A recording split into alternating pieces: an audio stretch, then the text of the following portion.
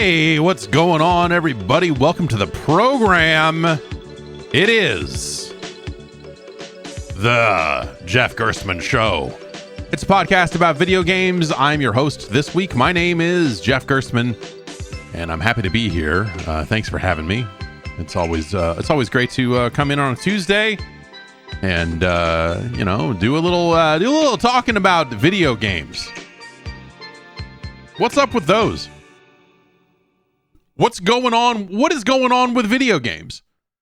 What the hell happened to video games? What's going? They're still making these things, and they don't make them like they used to. Is what I'm saying. They're better, but they're broken. And it's shedding people left and right in an alarming fashion. And so who is going to make the video games now? Who's left to make the video games? Are we going to have to? These hands will make the video games. These ones right here. I'm gonna craft with my tools. I'm gonna fashion together video games out of bits of leather and twine that I find around the house. If this keeps up, what are we even talking about? I subscribe today to video games, and keep the video games. Keep these video games a gaming. How's everyone doing? It's been an interesting week for news, but also I've been playing quite a bit of Tekken 8. Tekken 8 came out last week, and it's great. It's a fantastic. It is just a fantastic fighting game. Just a great looking game. Like just the backgrounds, the characters, the animation. You see a lot of animation that you go like, oh, this is some of the same animations they've been showing for a decade or more. But I think it does look really great in motion. I don't know. I've been having a really fun time with it. It's it's always nice when a fighting game has stuff to do for people who don't want to fight against other humans. And I think Tekken's doing a really good job of that. It's got individual stories for the characters, which is where you get the kind of wacky and weird, kind of Tekken endings. But then it also has a big story mode that I am making my way through, and that's just some full-on fucking anime. I mean, it's a lot of real-time rendered stuff, and then also a bunch of pre-rendered videos of the characters in motion and stuff. But like stylistically, it is some Japanese drama with an anime flair or something. There's just some nice little touches, some nice little effects, some fun camera angles. Just like it's a well-told weird story about multiple people that have the devil gene, and so they've got the devil in their blood, and thus they can turn into devils, and it's a whole thing. And Jin Kazama is like maybe like a Goku like figure, I suppose, this time around, and he's drawing on the strength of the people around him. At least that's where I'm at in the story is where that's going. You get mysterious new characters, and just a lot of, and also like a panda and a fucking bear, and at one point they literally do have a fighting game tournament in it, and they have announcers that come in. There's she's a wrestling announcer, right? She does is she the Japanese announcer for New Japan? I forget who it was, but like I remember when they announced that from Pride. Okay, she's from Pride. Lenny Hart does some like ring announcer type of work and there's a sequence in the middle of the game where there is a fighting game tournament, and the voice is so distinctive and crazy. It's really amazing. And to hear these characters treated like Tekken has always been about a fighting game or rather a martial arts tournament. The King of the Iron Fist tournament is the thing that happens in Tekken a lot, but it rarely gets treated like a spectator sport. It rarely gets treated like a big live event. And this one, like, they have all these announcers and graphics and all this other stuff. Like, they have little graphics packages on the fighters as they are getting in deeper and deeper into the finals and whatever else. And it's a good moment in a game that is about cities being blown up and all this other, like, it's ridiculous. But like well told and quite a bit of fun. And it's like I think a good fighting game story.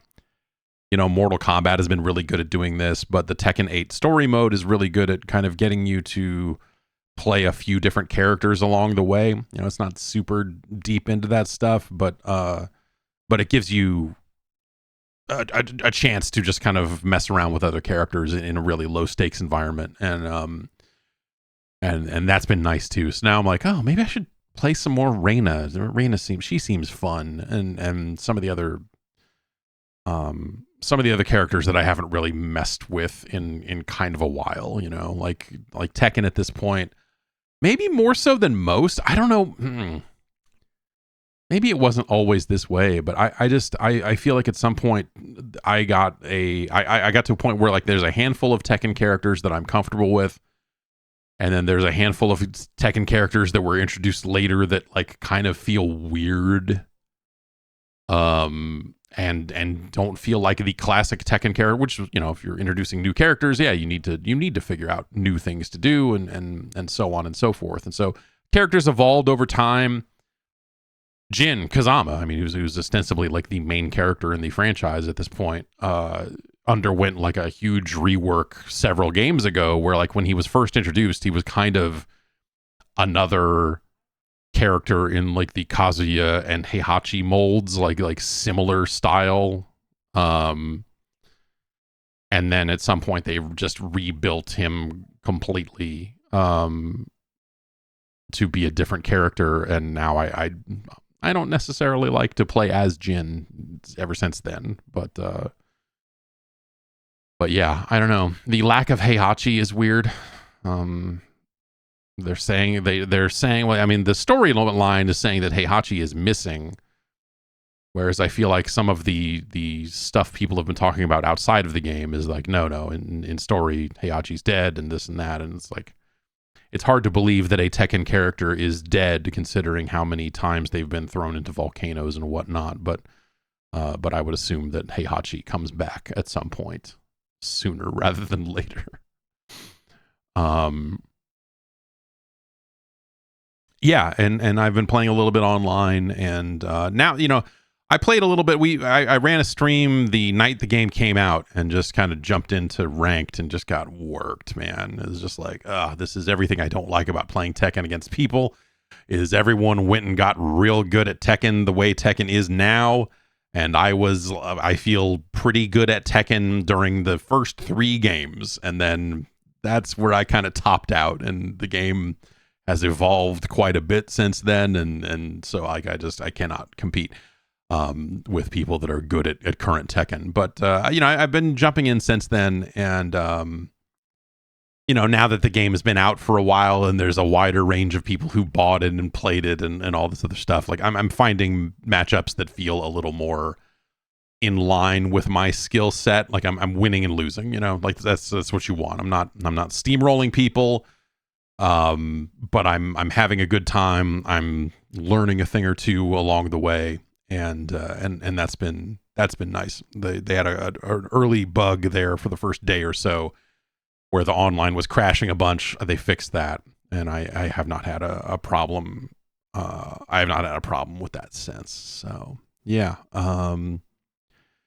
can't recommend it enough. Honestly, like I don't know that I would necessarily recommend that.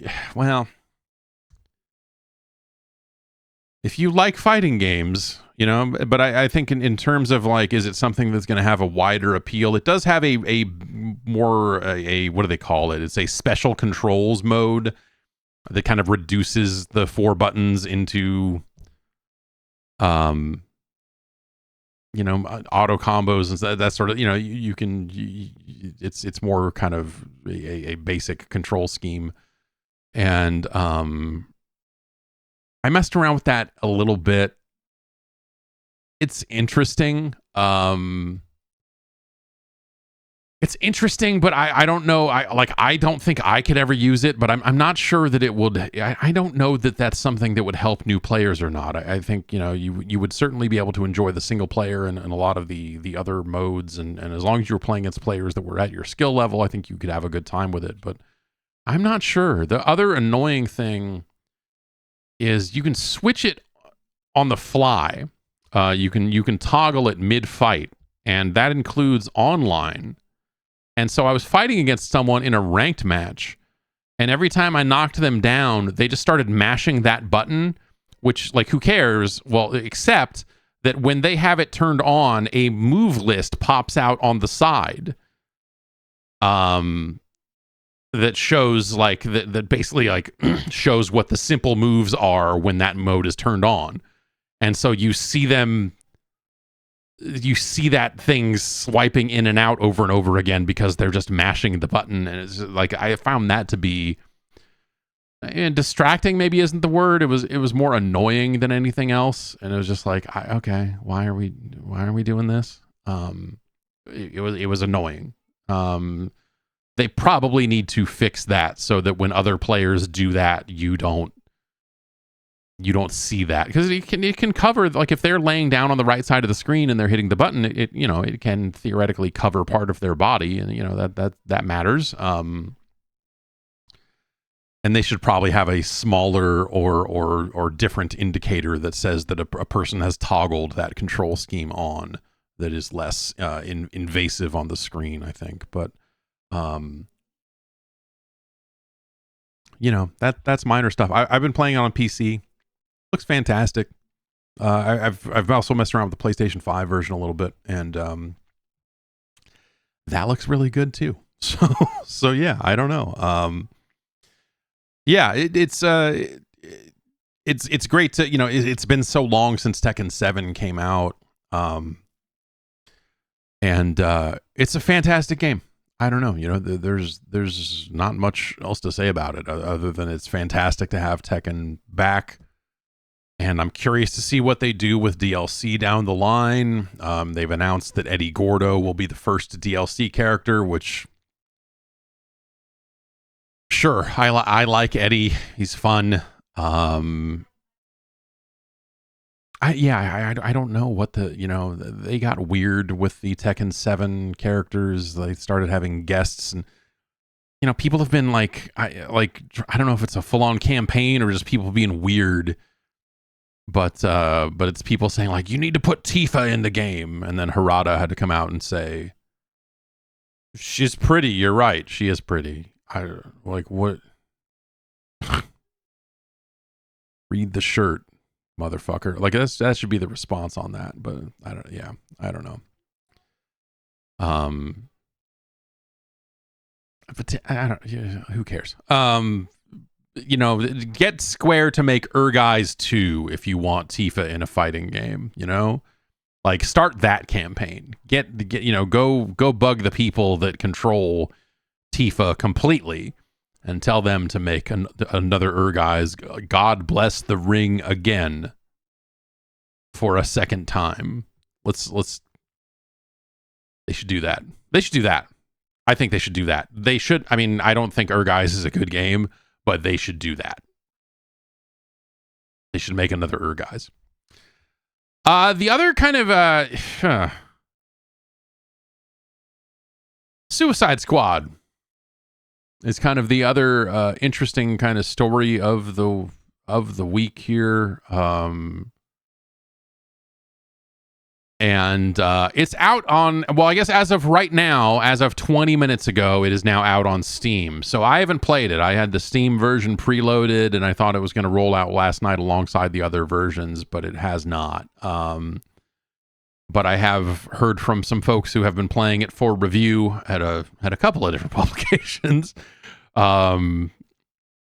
And there's an interesting set of stories, kind of around the release of Suicide Squad. I'm trying to think where to start. There were some leaks that happened a while ago that led to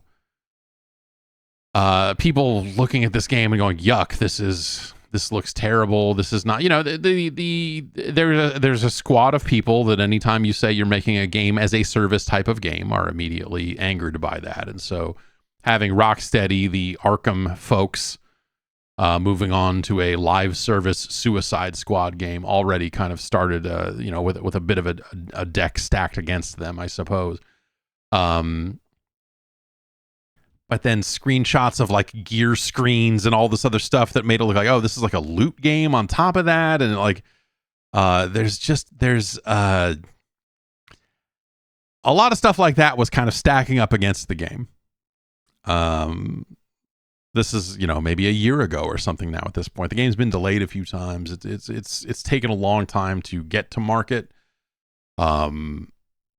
And yeah, so it seems like it's been a bumpy ride for the developers for quite some time. I mean, it was one of those open secrets for a while there that they were making this Suicide Squad game. And then it finally got announced and people were like, oh, this is, okay. You know, you start seeing screenshots of what the HUD looks like. That's a little more recent. They did an alpha test and a bunch of leaks came out of that with a bunch of screenshots of like what looks like one of the messiest screens a video game has had that I can think of in recent memory in terms of just like on-screen HUD elements and indicators and combo counters and all of this other stuff that, you know, was again, people just like, what is going on with this thing? And then so at some point they said, well, let's do a round of previews with the press. And so they, you know, they sent builds to the press or whatever they did. I don't think it was an event. I think it could have been an event. I don't know, but I was not a part of that. But they sent out stuff for preview coverage, which led to a round of previews from various publications.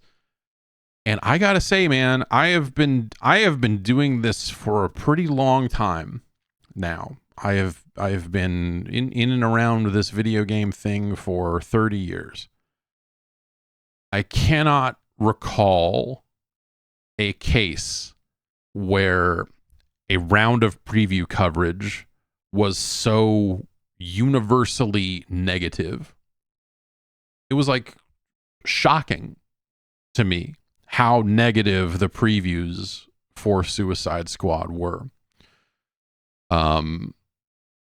I don't think that's necessarily a bad thing.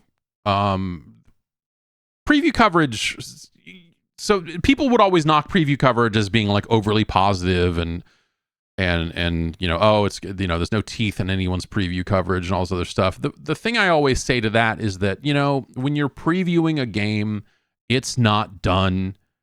You can talk a little bit about how did you have a good time with the game as it stands, but also you kind of have to take all of that with a grain of salt because the game's not done. And you're like, well, I don't know, you know, maybe, you know, like, so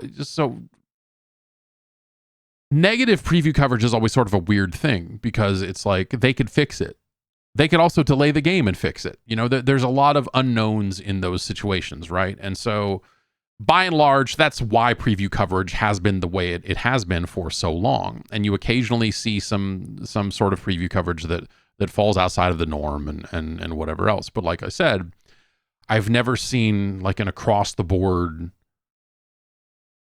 like it's not like necessarily clowning on it. I didn't go read every preview or anything like that, but the handful that I did check out were people saying like, this is not fun. Like this is a very average game. You know, at best it's this very average game. And, you know, it's not something that I would see myself spending any real time with. And really kind of, you know, not even necessarily eviscerating it. You know, they didn't seem overly mean. I guess my point is they didn't seem out of line. It didn't seem like vindictive in a general sense. It just seemed more like, boy, this game is missing the fucking mark. And is not getting it done in this variety of ways, you know? And so a little bit after that, they opened up the NDA from the people that were in the alpha test. I don't know if they thought that was going to lead to like, oh, we've got to get some positive word of mouth on this. We've got to fix this problem. Let's let the people that we let in the test talk about it. that didn't seem like that. Once that opened up and we started seeing more screenshots and a few more folks talking about it, that didn't seem like it was especially positive either. And so it's like I became around the time of those previews, but kind of before that in a few weeks, I was like, I had become not obsessed, but it was a feeling of like, I've got to play this game. I have to play Suicide Squad. I need to know like what the fuck is going on. What has been going on for all these years? These screenshots are insane. Their approach to live service, like this morbid curiosity about like just like what is this? Grew and grew and grew. And so today I will find out, because I'm finally gonna check out the PC version now that that's available. So sometime after those previews went live, as I understand it, the plan to send out review copies to the press changed dramatically. And so that's why last week you saw a handful of stories going around IGN and Eurogamer and other places like that saying like, hey, we are not going to have a Suicide Squad review at launch. We have been told that we are no longer getting, we are not going to get the game until it is out, which that was not the original plan, as I understand it. But at some point those plans changed, and those plans can change for a variety of reasons. I want to give the publisher at least a little bit of rope here, because hey, sometimes you encounter some late game broken shit and you're like, oh, we can't send this out, it's too fucked. But it's not necessarily the case here, though they did get a little bit of an out there yesterday, which we'll talk about. And so yeah, the review plan suddenly changed not long after those previews hit, which I have to say, can't blame them. If that's how they felt about the preview version of the game, which is pretty close to final, which was not, the game was not that far out at that point. I could see why someone in that position would be like, oh, let's not send it. Let's not send it until launch day. Because they have to send it eventually. Otherwise that does, like there's a bit of plausible deniability involved in saying, oh, well, the servers aren't going to be live until launch. And so we're not going to be able to get you a copy until the servers are live. And yeah, so we'll send you a copy out as soon as the servers go live. Like, okay, you could just send codes now and they just wouldn't work until the servers were live, so everyone could at least download it and get ready for when the servers are live. I remember when Destiny 2 came out, I had a copy of Destiny 2 installed on a PlayStation. And that was extra frustrating with that, because I could sit there and I could hit the button to try to load into the menu and then try to connect to the server, and it just didn't connect. But I had people on my friends list who worked at Bungie who were playing the game and they were in game with retail copies of the game. Their accounts were whitelisted for the servers. They just decided not to do that for media. And so that's the situation where you're like, theoretically, you could have whitelisted this and let people play the game for review purposes. You could have done this. And so in Suicide Squad's case, like, that's something they probably could have done if they didn't want people with early retail copies to play the game. But they wanted a review process. They theoretically could have probably, I don't know their server infrastructure, so maybe this is a lot of work and it's not something they could have easily done, and so on and so forth. But there are cases where, press has been whitelisted to be able to access retail servers before launch. There's been a number of ways that companies have done this with server-based games, in terms of like letting reviewers on the servers early and finding ways to let them review the game. For Diablo 4, for example, we had a time-limited build of the game. They gave us BattleNet account information, like login and password, that already just had access to some specific build of Diablo 4 that would connect to whatever their servers were that they had running at the time. And on console, I think it was a little different, but on PC, that's how it was. And you could play that version of the game, and they said, hey, as of this time and date, this server is going away, so you need to finish playing the game for review purposes by this time, because you will not have access to these characters or anything, or anything after this date. And so you were able to play the game, do everything you needed to do, except for look at the prices of the microtransactions, because none of that stuff was live yet, and be done with it. And then, when the retail servers turned on, they sent out retail keys to people that needed them, and your characters were gone and you started over again. There's just, my point here is that there's a number of different ways that this process has been tackled in the past. And, Warner chose the one of, sorry, the servers won't be up until launch, which they're certainly not the first publisher to do that. And they're also not the first publisher to do that for reasons of, oh shit, we think this game might be fucking bad. And so we've got to delay that before the word of mouth gets poisoned by these pesky reviewers. But I think the people that have been testing the game out and people that have been in some of their closed alphas and some of this, like the word of mouth on that game has already been pretty terrible just the same. And so now it's been, 24-ish hours, 28-ish hours, I guess. Was it 3 a.m., 4 a.m.? So about 30 hours since the game has theoretically been available to people in some parts of the world. And so you have reviewers that are now getting access to it and getting on the New Zealand tip to unlock the game and all this other shit. And so I've seen someone from IGN say the game seems to be about 9 hours long. I've seen people say like, hey, there's some positive storytelling here, but the mission design is fucking straight up garbage, like super repetitive. Seen that multiple places. And just an interesting weird variety, but like I guess the consistent thing is I think that a lot of it has been a variety of how negative it has been, which is interesting. The other thing that happened, we'll get into the news here. The game launched in New Zealand. We're talking about Suicide Squad: Kill the Justice League. Is that the full name of the game? Yes. The game rolled out in New Zealand, as a lot of these games do, and within an hour or so, the servers were pulled down because there was an error that basically was saying that like people were launching the game and then their character was getting flagged as having completely completed the story.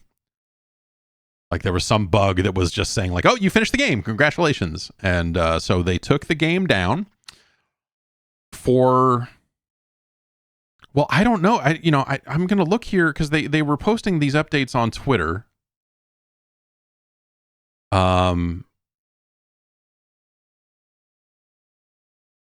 Let's see here. They never posted. So yesterday they posted things saying, hey, we're aware a number of players are currently experiencing an issue whereby upon logging into the game for the first time, they have full story completion. We will perform maintenance. So an hour in, they pulled the servers down to work on that. Then they posted an update saying, we've identified the problem and are currently testing a fix. We hope to implement it and have the game back online as soon as possible. Thank you for your patience. And then there was no update. Like 12 hours passed. Well, I mean, more than 12 hours passed with them not giving any further update on it. And you would see people in the replies to this saying that they were playing the game, so the servers were kind of up and down or whatever I don't know what the situation was there, where some people were saying like, so can I play it or no? Like what's it? And some people saying like, I'm playing it, but I keep getting disconnected. So that seems like a bizarre mess where they said the servers were going to go down, but they kind of didn't. 5 hours ago, they posted, our scheduled maintenance has been completed. Suicide Squad is back online, so grab your squad and get back to Metropolis. And so like spinning this freak bug as like, oh shit, we've got to take the servers down as scheduled maintenance is a choice for sure. Also, the other thing to remember here is that the game currently, the game is not officially released until Friday, February 2nd. That's the date they've been promoting in all of their, they've been sponsoring both wrestling programs. That's how big a deal Suicide Squad is. So the only people that are able to play the game right now are people that bought a deluxe edition. So congratulations. If you spent $100 on this game, you got to not play it for most of the first day. Your 72 hours of early access significantly cut.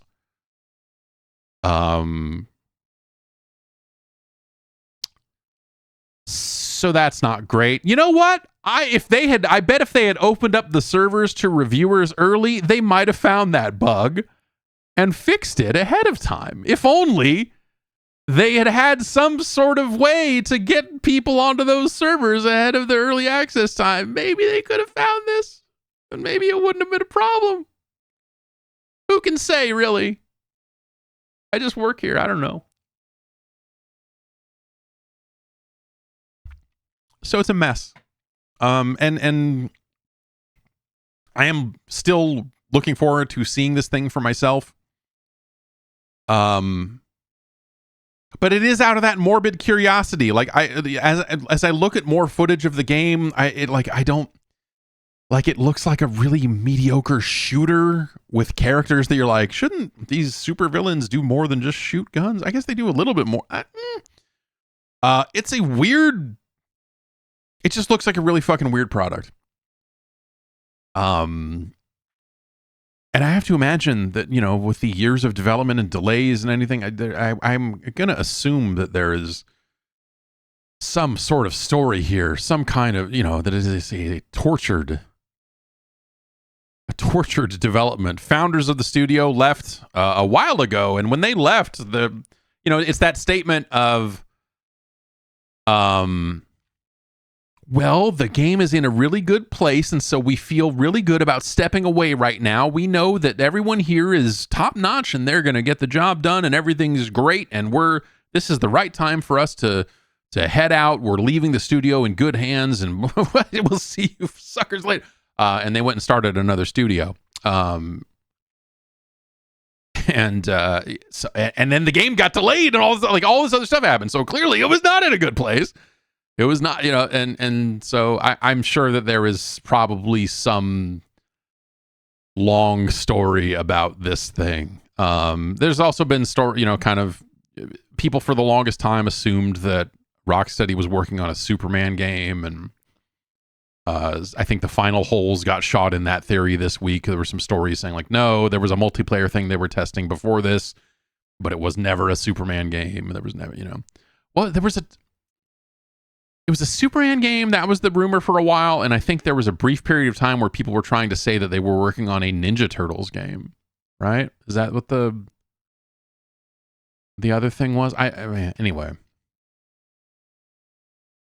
I don't have some dramatic attachment to any of these characters. I'm not even 100% sure what the Suicide Squad is, other than they're bad guys who they're bad guys, and they got to fight. Because the good guys turned bad, and so the bad guys need to catch the bad good guys because they're bad. I think that's what it is. I think that's what Suicide Squad is all about conceptually, right? And sure, I don't know, man. You have some people that are coming out saying, I can't believe they're doing this instead of another Arkham game, and this is, a scene from this game has been making the rounds that is kind of so this game is supposedly set in the same universe as those Arkham games, which is sad for different reasons, I suppose. And so I think this game leaves it kind of bare that they're not going to make any more of those Batman games. But also, I guess I never assumed that they were ever going to make any more of those Batman games. They made their trilogy of those Batman games, and it was time to move on. I don't think they should make another Arkham game. They made those. They're amazing. Or at least the first two of them are amazing. I think the where people weigh in on the third one from Rocksteady is you know, some people really like that game. I thought it was bloated and a mess, and not at all what I was hoping, you know, not at all what I wanted to get out of those games. Like, those first two games are extremely fucking tight. And then the Montreal studio did Origins, which I felt was kind of off the rails already. And then when Rocksteady returned to it to do Arkham Knight, nah. Those first two games, incredible video games. Astoundingly influential. I mean, Arkham Asylum, like they built the new template for melee combat, and there are still games coming out that are basically doing Batman. You know, Spider-Man 2 just came out last year. It does, you know, it's like, hey, you got got a 10-hit combo. You want to do a finisher now? Like, oh yeah, where'd you get that idea? Oh, all right, yeah. Like, those Arkham games built the template for doing one versus many melee combat in a 3D setting. Like, that is the gold standard. And honestly, I think at this point we needed someone else to come in and do it again. I would love to see a completely brand new take on how to do that style of combat that doesn't necessarily pull from the way those Arkham games were, and the upgrade trees and the rhythms involved and all of that stuff. Like, it's great. It's amazing. But we've been seeing knockoff versions of it for so long now that I would love to see something else, you know? And so like, I wouldn't ever, I don't think that Rocksteady should return or retreat, I suppose, to Batman after this. I think that ship sailed. I think they closed the book on that really well. Well, I mean, if we really want to get technical about it, there were 4 games and 2 of them were amazing and 2 of them were less so. So, you know, maybe they didn't cap it off the way that they should have. Fluff Shake in the chest says, let him do a Wonder Woman. Monolith is already doing the Wonder Woman game. So Wonder Woman is spoken for when it comes to, you know, DC IPs inside the, you know, the Warner pantheon of game studios. But yeah, I don't know. You know, it'd be cool to do. Yeah, I guess, like, you know, like on the other end of this game, you kind of need to see like what's Rocksteady, how many people are there, what are they up for, like all this stuff. Like, how does this game do? Does Warner, you know, like where does Rocksteady kind of end up on the other side of this? We'll see. I mean, you know, like, for all I know, this game could fly off the shelves, and they could have marketed their way out of that negative coverage, and maybe it'll do great for them, and you know, maybe they'll have a. But I guess, like, that's my way of saying I have not played the game. I intend to play it. I am very curious about it. It sounds like a game that has, at a minimum, substantial problems. Not necessarily bug problems, but like design, like core issues that'll be really hard to like patch around. And I really want to see where the years went. You know, I really want to take a look at that thing and see what's up with that thing. And so, you know, I'll take a look at it this week for sure. I don't know. It's just like I said, it's a bizarre situation where, like, a lot of that coverage from, you know, last month or whatever it was when those previews hit, and just you rarely see, I can't think of a game as prominent as this one, I suppose, in terms of like marketing spend and some of the other, like, you know, like they're trying to make this thing a big deal. And I just feel, it just feels like a lot of the word of mouth on it has been just fucking disastrous leading up to launch. And now at launch, it's, you know, it's somewhere between a middle finger and a shrug. You know, it's interesting. It's interesting. So I want to see that thing for myself. And I will, but I haven't yet. What else is going on? 1,900 people. 1,900 people across the Microsoft gaming group that includes Bethesda, the Xbox Studios, and Activision Blizzard have been laid off. This happened last week. There is, there's messages to staff from Phil Spencer. There's, a lot of the recaps on this stuff. This is from Phil Spencer in an email to staff. As we move forward in 2024, the leadership of Microsoft Gaming and Activision Blizzard is committed to aligning on a strategy and an execution plan with a sustainable cost structure that will support the whole of our growing business.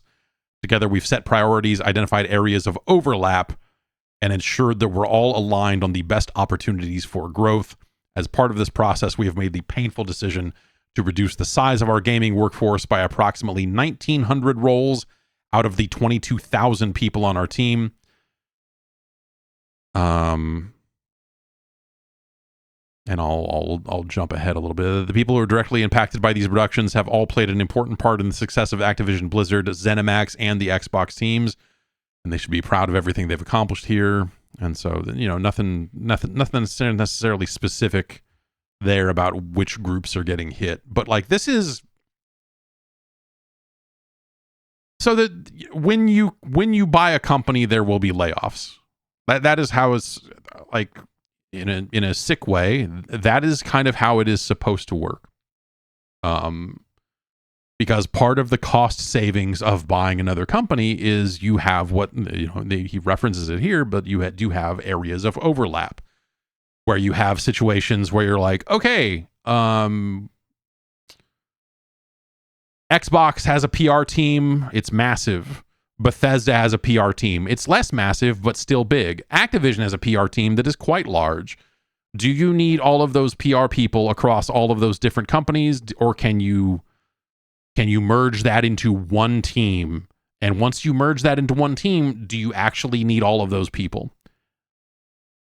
The answer is usually no. And I'm using PR as an example. I don't know if anyone in PR across any of these companies was impacted by the layoffs. But it's a situation of like, these processes are already in place. Like, hey, can you handle PR campaigns for another 5 games a year? Especially when you consider that Microsoft itself is probably shipping fewer games than it used to. The answer is almost certainly yes. That a lot of that stuff could, that there is overlap there. They probably don't need quite as many people, department like that as maybe they would have as separate entities. And so that's a natural thing that happens pretty regularly. 1,900 people is a lot of fucking people.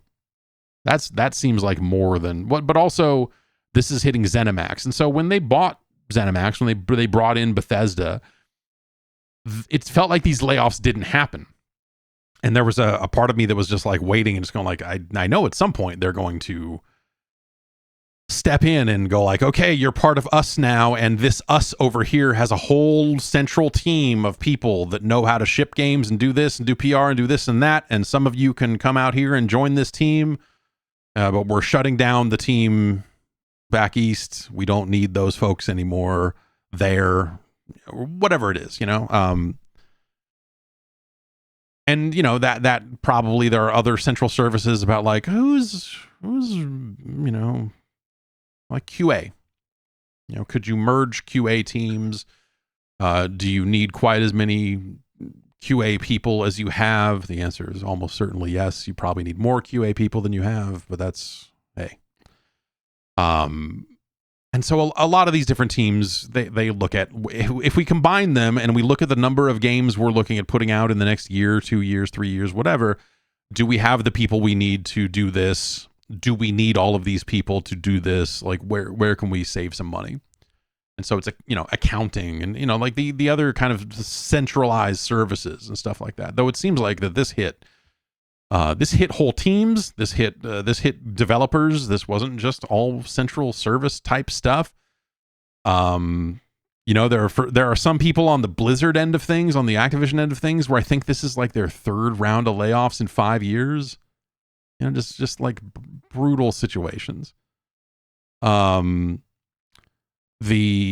was an editorial focused team that I guess like wrote stuff for BattleNet that I think got shut down. And so yeah, it's a variety of people from across the company, and you could argue in that case, like, okay, does Blizzard need its own editorial team in a situation where they already have Xbox Wire? Like, there's already an internal editorial team at Microsoft that handles a lot of that stuff. Do they need that many people on that job? Like, those are the questions that they have to answer, right? And so they answered them by laying off 1,900 people. And that seems like a higher number than this overlap situation. But then you get into some of the other stories that have emerged around this. Blizzard has canceled a game as part of this, codenamed Odyssey. And it was apparently a survival game. Some of the stories going around are that it's just had this like troubled development. They chose an engine that they had internally that was originally thought to be used for mobile games for this. Funnily enough, because at the time they started development, the Unreal Engine was not something they thought would handle 100 players. Whoops. At the time it didn't. With the time they had to make those decisions, the Unreal Engine was not for those sorts of tasks.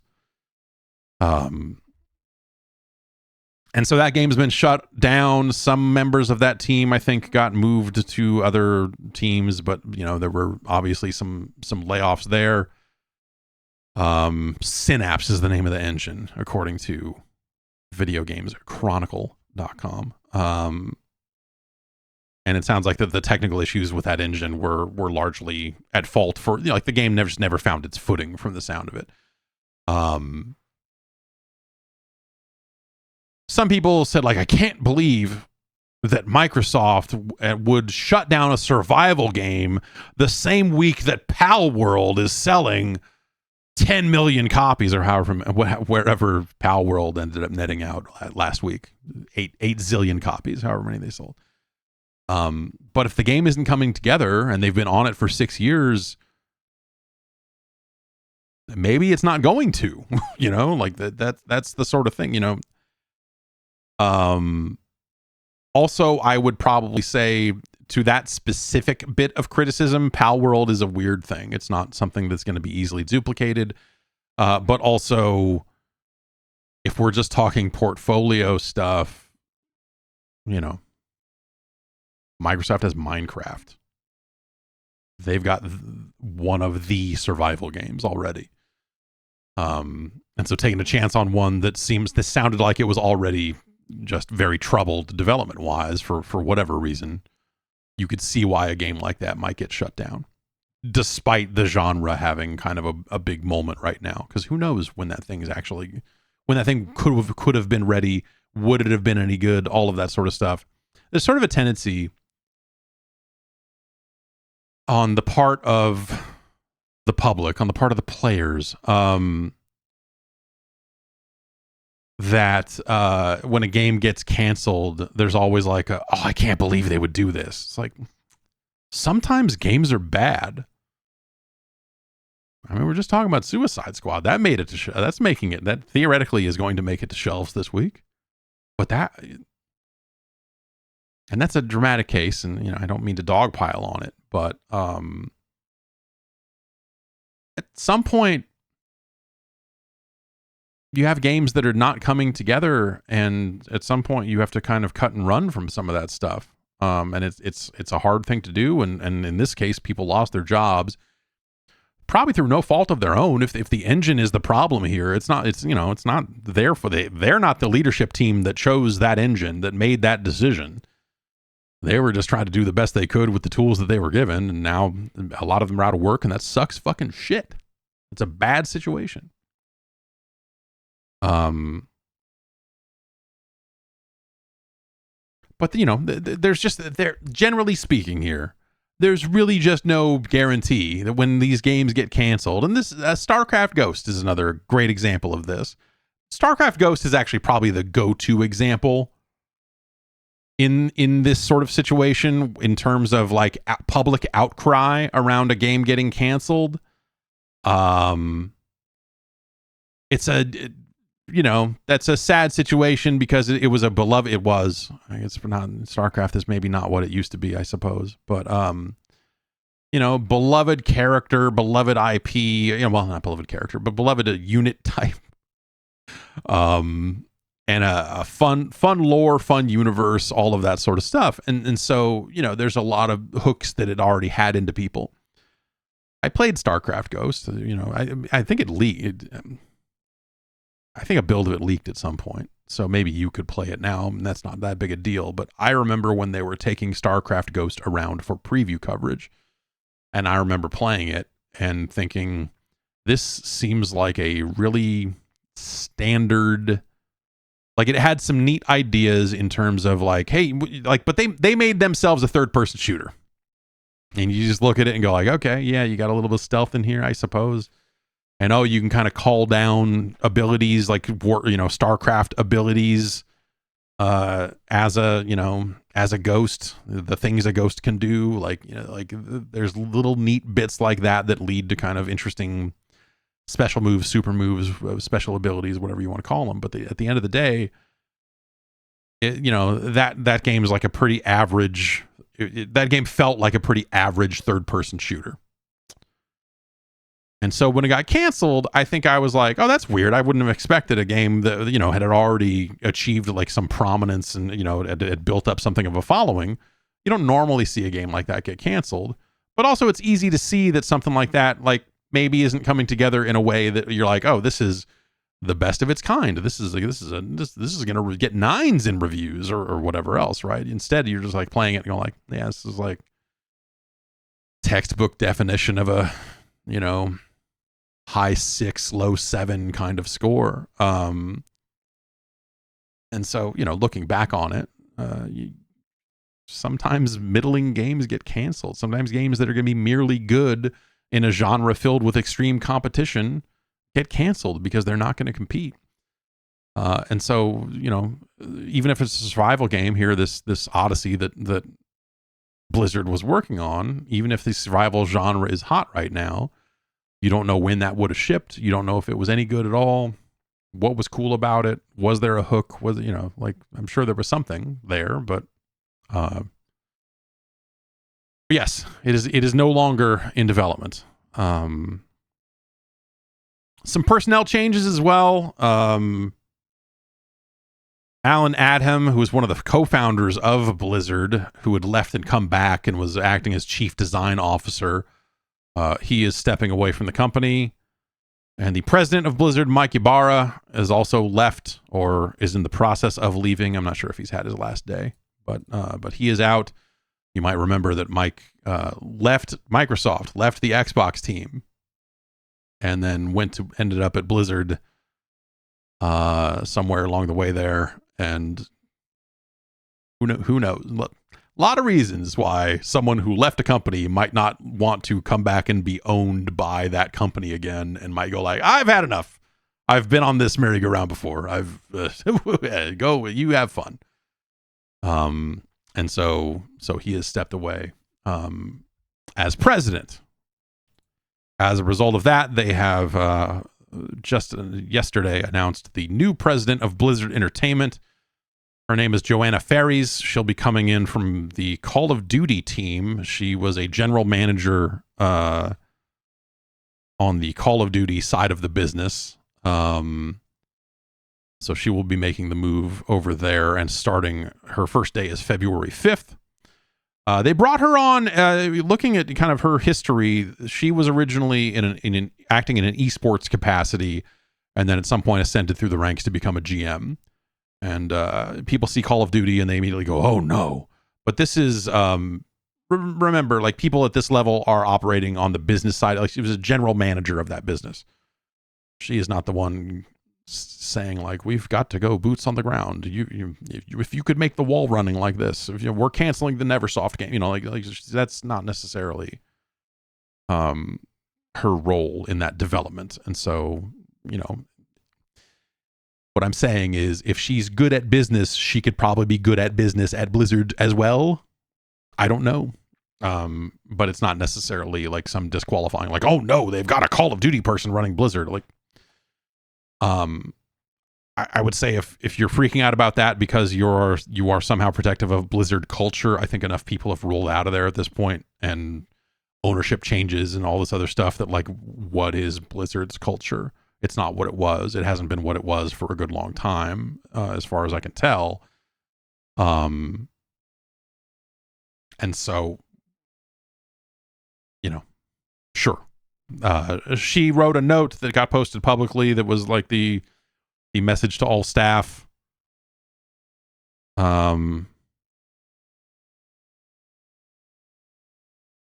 A few personal facts about me. My number one job in life is raising two amazing boys. In addition to parenthood, a typical week for me includes finding time for daily yoga and prayer, and of course, playing video games. Big Diablo 4 fan over here. Throughout, the joy I find in games and working with those who make them only deepens. So yeah, not a lot, not a ton of nuts and bolts. Here's what we're gonna do there, but it's the message to staff. It's the, hey, you haven't met me. Here's what I'm all about. Here's what I'm all about, kind of, incoming leader email. So yeah, I don't know. Like, we'll kind of see what comes out the other end of this, but obviously that's a lot of people to lay off, 1,900 folks. There was talk, and some hand wringing around this, that some folks had said that the team responsible for getting Xbox games ready to go out for retail in a physical form was largely shut down. And so that was leading to people going like, oh my God, Microsoft's getting out of physical games. And maybe. I don't know. You kind of can't say that with certainty, because that's also a team that Activision would have had, and that's also a team that Bethesda would have had. So it's entirely possible that those people will pick up the slack on that work.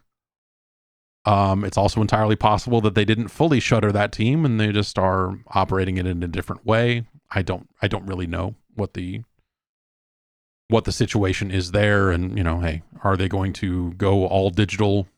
Anything is possible.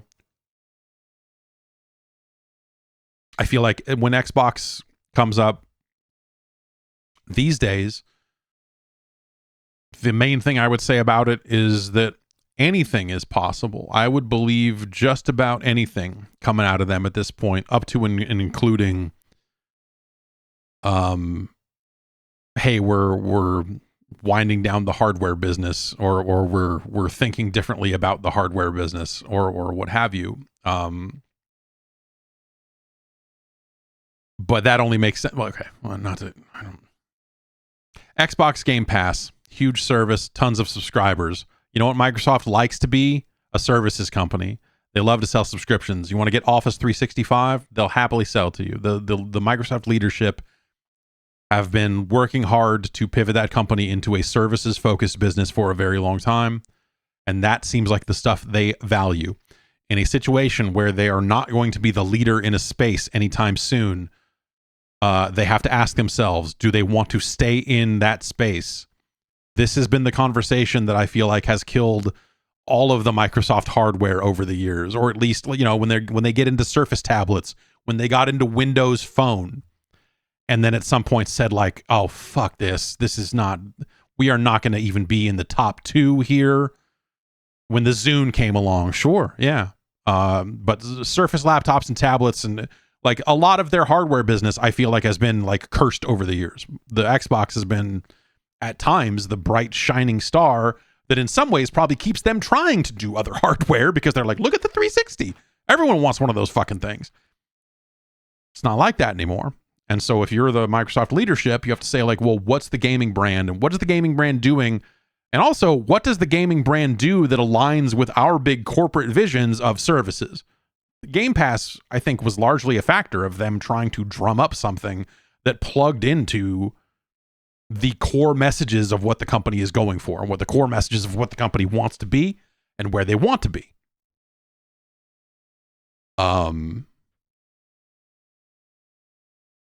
Hardware exists as a function of that these days. I would assume.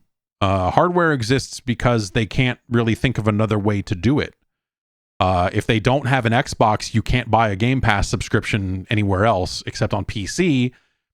And that's a dicier proposition on PC than it is on a console where, like it's a closed system, easy to understand, blah, blah, blah.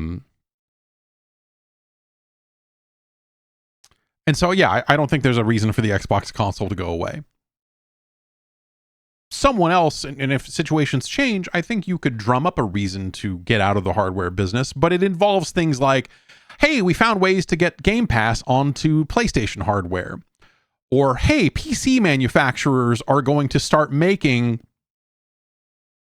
Windows machines that hook up to your TV, or whatever. And we're gonna build Windows 12 in such a way that it can do that. And so as such, now you just have one Game Pass subscription and it'll work on these Windows machines and these Windows machines or whatever. There's a lot of different ways they can go. I don't really see a reason for them to exit the Xbox business. I think that's crazy because I think that they do, even if they're not necessarily hitting the targets and growing at the rate that they wish that they could, I don't necessarily think that they've got a good reason to get out of the hardware business. I am merely saying I could see a world where they try to do that. That's all. Anyway, I will be very curious to see, a Hi-Fi Rush added support for PlayStation controllers, and people took that as like, well, that means that's the game that's definitely coming to PlayStation. And like, okay, maybe. There's I don't see a huge downside, especially in a situation where Game Pass exists. I don't see a huge downside to Microsoft putting their games onto all platforms. And saying, hey, yeah, you could get it on Game Pass if you have the right hardware, whether that's a PC or if you just want to stream it on your phone. That's certainly an option. Very few people are doing that, I'm sure, as their only road into the ecosystem. You could buy an Xbox to do it. You could do this, and then you could get Game Pass. Or I guess just buy it for $30 over here. If you have a PlayStation, we'll take your money also. Like, we can't offer you the subscription service, but yes, buy the game. Sure. Why not? Sort of like how Sony treats the PC of like, hey, we're going to put these games out later. You could see a situation where Microsoft does something similar and starts, slow boating their games over to PlayStation 6 months later, a year later, whatever. But who knows, right? I mean, also, what if Microsoft had fucking extremely hot hardware right around the corner that came out and blew everyone away and was the right price and all this, who the fuck knows? I will say that the leaked deck that showed the roundy Xbox with no drive slot on it, the codename Brooklyn device, I went back and looked at some of that stuff the other night just to refresh myself with it. And remember, Microsoft has said, hey, those are very old plans, and that doesn't necessarily represent where we are. I still think there are things in that deck that make a lot of sense. We'll see where they end up with it. I don't know. Like that is, I think, going to be. I don't know that that's something we truly discover this year. I don't know if that's necessarily something we really get the full picture in 2024. Maybe we do. It seems like we should, but the kind of the question of like where is Microsoft going with regard to gaming?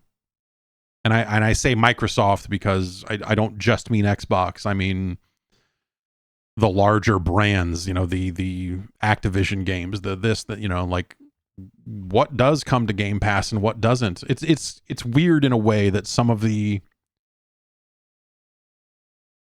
Activision stuff hasn't come to Game Pass. That they haven't been like, okay, yeah, we're doing some of this back catalog stuff is happening now, and yeah, okay, Diablo's on Game Pass now, or this is on the, that hasn't happened just strikes me as a little weird. And maybe they're still trying to play it cool because there is still some heat on them from the FTC, who's still trying to pursue some action around the merger, and so maybe they're a little slow going on some of that stuff. But I would have thought that we would have seen a little more action by now on that stuff. It's weird. Anyway.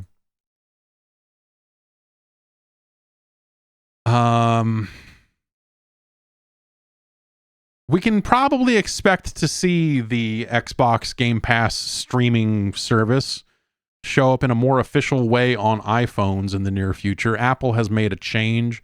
Apple's been rushing through or finally moving on some of the changes they've been forced to make in the EU around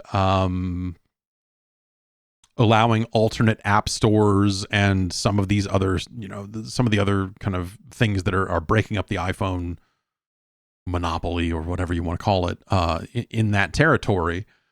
And it's also resulting in Apple making a handful of changes that do end up rolling out worldwide because in some ways they're trying to prevent similar action from happening in more territories. Some of those changes they've announced are bringing RCS messaging to the iPhone, which is an upgraded text messaging service that is not even new anymore. It's now at this point it is old technology that they are deliberately not supporting. That will allow better, richer text interactions between iPhones and Androids. So it's kind of whatever. The other thing they are doing is they have relaxed an app store regulation around streaming services for games. Initially, the rules that they had in place were like, oh yeah, you can stream a game to the phone, no problem. We don't care. But every single app can only support one game. And so if you were doing Game Pass on phones, you would have to submit thousands of apps, one for each game. Each one would have to get reviewed. Each one would have to get published. Each one would be downloaded separately. All of this other horseshit that made it untenable. Like you're just like, okay, we're not doing. No one's going to do any of that shit. The rules around streaming apps have changed. And so now you can make what Polygon is referring to as catalog apps that basically, or I'm sorry, that was the old rules is you could make a catalog app, but each game had to be downloaded individually and all of this other stuff. And so that restriction being lifted to where, okay, now you can have one application in the App Store that plays all of your games on your service, but your App Store rating will have to be the highest. Like if you have an M-rated game in your streaming service, then the whole app will be rated M or, whatever the Apple rating equivalents are. And so they will start allowing those things they'll start allowing those things onto the App Store. That had previously been something you could only do through a web browser on iOS. Android phones, I believe, have had the ability to do the game streaming stuff. Yeah, no, yes, they have. I have done that on an Android phone for years and years at this point. And so that's a change they're relaxing in ways that, that really feel like it's Apple trying to jingle some keys over here so that regulators don't come in and fuck their shit up. The way they are in the EU. It's a bad, and so Apple's been forced to make these changes in the EU. There's also been some minor changes that will happen in the US around, like Epic didn't win that lawsuit, but Apple does have to make some changes as a result of that stuff, where basically you can now, if you have an app in the store that is trying to sell something, you can now direct people to your own payment processor, your own service for collecting that money. You don't have to go through Apple's storefront. And so, yay, right?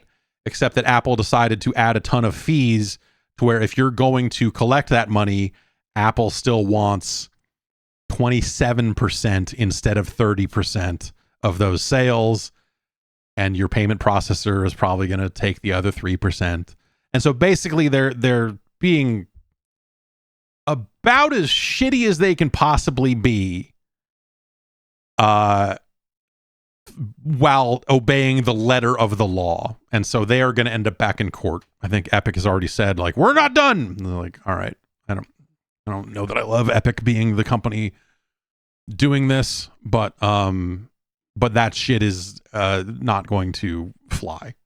I don't think that'll be one of those, like, oh, you have trounced and trampled on the spirit of the law here in the shittiest way possible, so we are going to make you make further changes. The EU situation, where you can have, where the rules on the App Store and a lot of other stuff have been relaxed in the EU, are kind of shitty for different reasons. This is something that Mozilla pointed out around Firefox, where they're like, hey, yeah, it's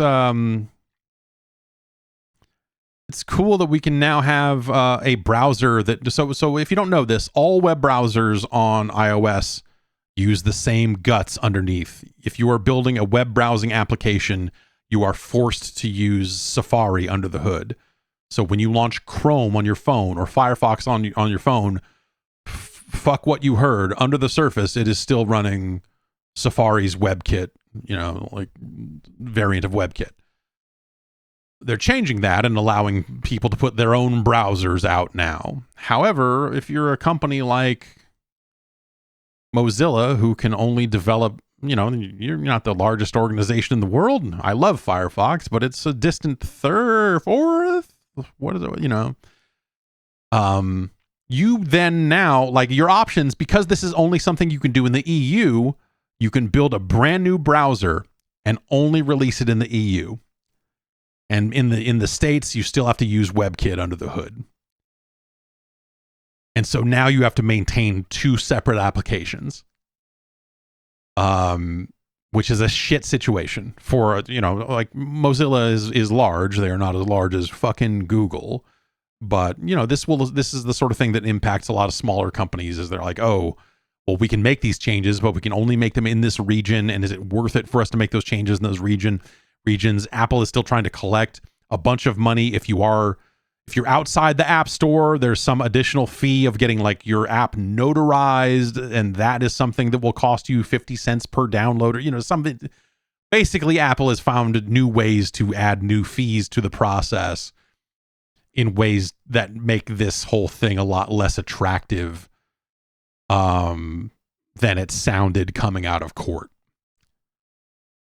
And they will end up back in court for this, but Apple makes so much money on that shit. It is so much of their business that I understand why they would drag their feet every fucking step of the way, because they don't want to fucking do this. And so they're going to be assholes about it all the way down. But it's such a shitty way to behave. You have to imagine a court's going to, like, a judge is going to get a look at this and be like, oh, okay, I see what you're doing here. Just fucking stop it. Hey, assholes, why don't you cut it out? And so we'll see what happens there. According to Bloomberg, who spoke to an analyst, so this is analyst sourced, but I suppose this is something that is from people looking at the supply chain and trying to figure out what's going on here. The next hardware from Nintendo will have an 8-inch LCD screen. This comes from Omdia analyst Hiroshi Hayase, who says, according to Bloomberg, this is going to be basically doubling shipments of displays in 2024 because of the order they have placed. And to give Mr. Hayase some credibility here, says his research focuses on small and medium displays, and he bases annual forecasts on checks with companies in the supply chain. Last year, Sharp said that they would be supplying LCD panels and working closely with the maker of an upcoming console that was in the R&D stage. And so that is believed to be the next Switch or the next Nintendo hardware. And so we will kind of see how that how that nets out, but that what seems like, hey, they're placing orders, they're getting ready to build stuff if they're not building them already. Sharp is owned by Foxconn, which is the company that builds everything these days. If you're seeing weird clean room pictures of a leaked iPhone, it's because someone at Foxconn snuck a different phone in there to take some pictures. It's usually how that goes.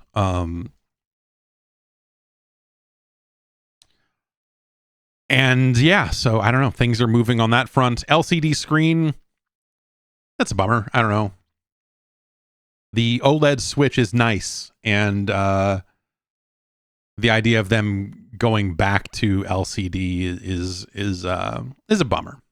I feel like OLED screens should be standard for medium to high end electronics, right? But yeah, if you're going to hook it up to a TV, then you don't give a shit what screen is on that thing, I suppose.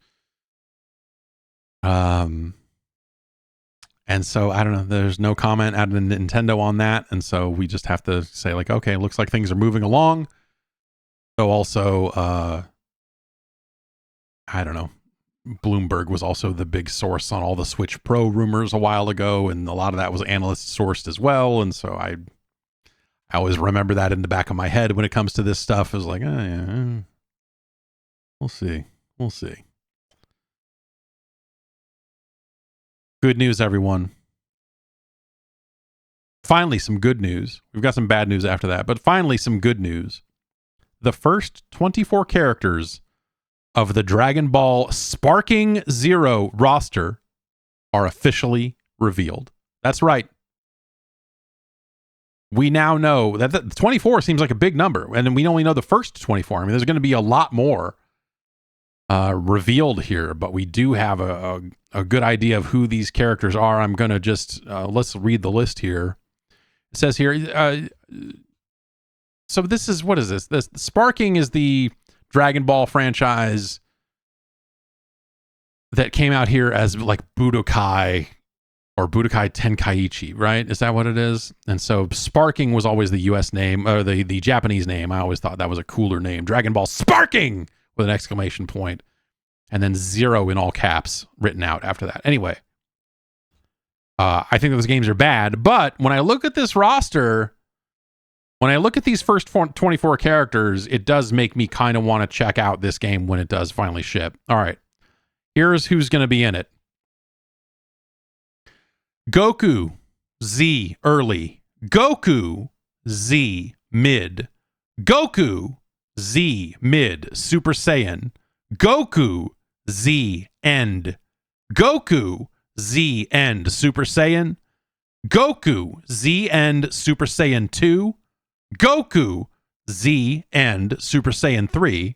Goku, Super. Goku, Z, mid, Super Saiyan. Goku, Super, Super Saiyan God. Goku, Super, Super Saiyan God, Super Saiyan. Number 12 here, Vegeta, Z, Scouter. Great Ape Vegeta. Vegeta, Z, early. Vegeta, Z, early, Super Saiyan. Super Vegeta. Vegeta, Z, end. Vegeta, Z, end, Super Saiyan. Vegeta, Z, end, Super Saiyan 2. Majin Vegeta. Vegeta, Super, which is different from Super Vegeta. Do not get it twisted. Vegeta, Super, Super Saiyan. Vegeta, Super, Super Saiyan God.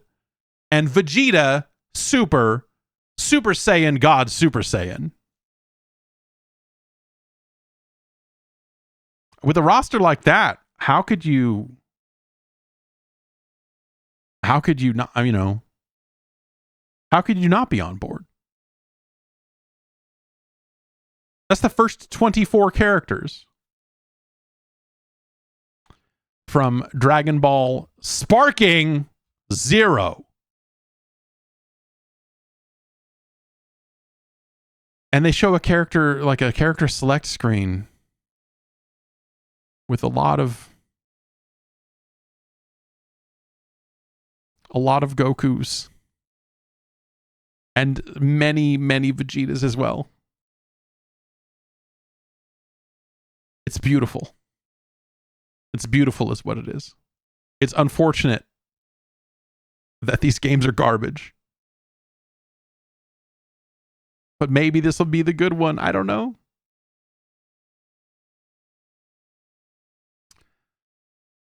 That is coming to PS5, Xbox Series X and S, and PC. So stay tuned for that one, I suppose.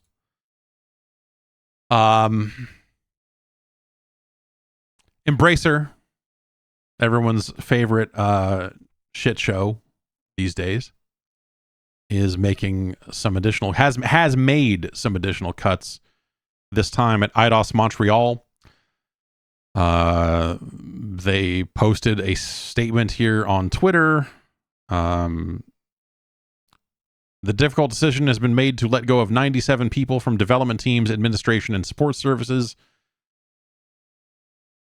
As we navigate these difficult times, the well-being of our team is our priority, and the continuous commitment to creating games that players will be able to enjoy in the nearby future. To our players, it's oftentimes not just the games, but the game makers as well that we all celebrate and admire. Our commitment is always to making the best games for our amazing fans, and even with this restructuring change, we continue to fight on to deliver these awesome experiences for us to share together. Thank you for your continuing support and well wishes.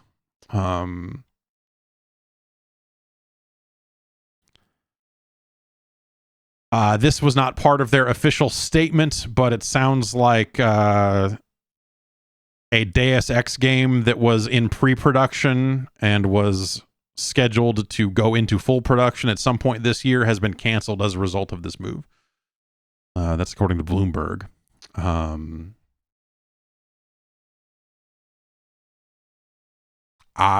Another 97. It's, you don't want to be numb to it because these are people, man. But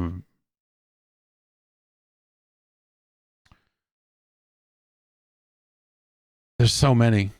Embracer may be the biggest fucking gong show in the history of video games. I'm sure they went into this with the best of intentions and thought they had the money to fucking make it all happen, and they guessed wrong. They guessed dramatically wrong. And now they are laying waste to... It came up last week for a company that was trying to be like, and we're building a library of every video game ever made because we care about preservation. Like, you have picked up all these IPs and you have fucking driven them into the dirt without even shipping anything. You didn't even have to ship a bad game to, like, well, you know, Time Splitters was never going to be like it was never going to be a top 10 best-selling game of the year, like all that sort of stuff, but it would have been cool to see a new fucking Time Splitters or a new old Time Splitters. Deus Ex is a franchise that I think has tons of legs. I think a new Deus Ex game, I don't know what you do with it. Do you bring back the fucking dude? Do you bring back all the black and gold? Or do you just, the Deus Ex black and gold era is over? Johnny Gargano's on the main roster, so he's not part of the Deus Ex black and gold thing anymore. And, Adam Cole's hurt and all this other stuff. So we can't have the Deus Ex black and gold.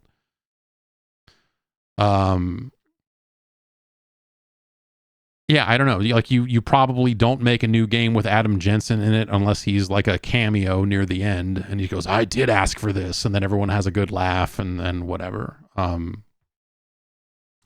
His enhanced motorcycle, whatever. I would think at this point you make a new Deus Ex game and you with new characters and but a lot of the same style. I actually I could have used 1 to 2 more of those Deus Ex games, honestly. Maybe not as fast as they put them out there when they put those couple out, but but I think that they could have done more with it at the time. And I feel like I was waiting for them to, like, waiting for someone to get their shit together and finally pull the trigger on making a new one. At this point, I just wonder what the hell happens with Embracer. And you know, they acquired a long list of things. They own a lot of shit, and they're just shedding people left and right now. And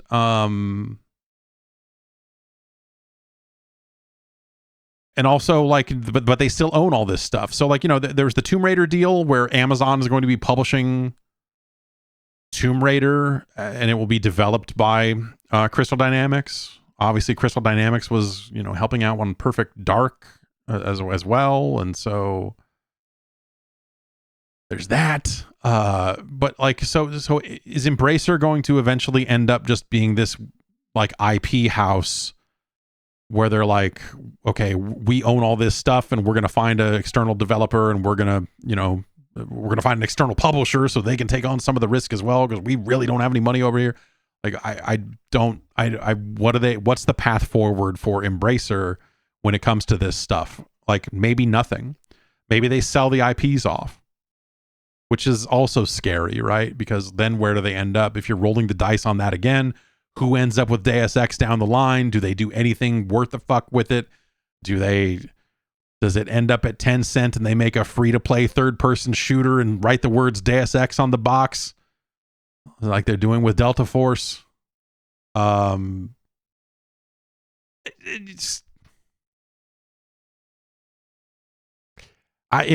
know. It's a weird.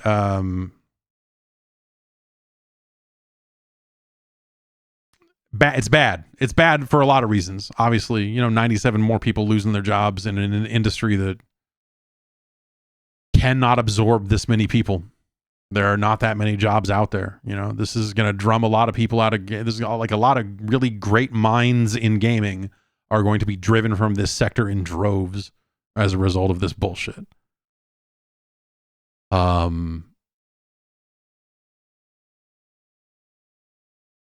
And, you know, and then on top of that, think about the people that went to school or are in the process of finishing school, because they're like, all right, man, entry level video game position. Let's go. Who can I go work for? No. Oh, turns out no one. Turns out that the competition on all of these positions is now so stiff because of all these layoffs that there's no hope for anyone new getting in either.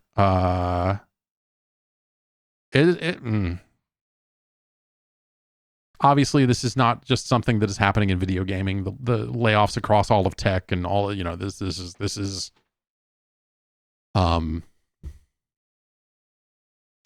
fucking bad. And it feels like we're only just now. I don't know. Like, I feel like we haven't really felt the impact of the longer term impact of this stuff yet.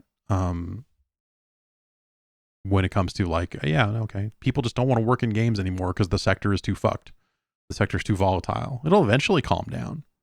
I tend to agree with that gamesindustry.biz article we were talking about. They're like, you know, hey, this is going to be shitty for a while, whether it's 2 years but eventually the gaming business does get its feet under it again and starts making sane decisions, sustainable decisions. And growing intelligently. And then there are some studios out there that did not have to lay people off, and even, you know, in the wake of some cancellations or game shutdowns or whatever, were able to keep all of their people. But a lot of companies saw opportunities to shortcut their way into a bunch of fucking growth during the pandemic, and now a lot of them are going to suffer as a result.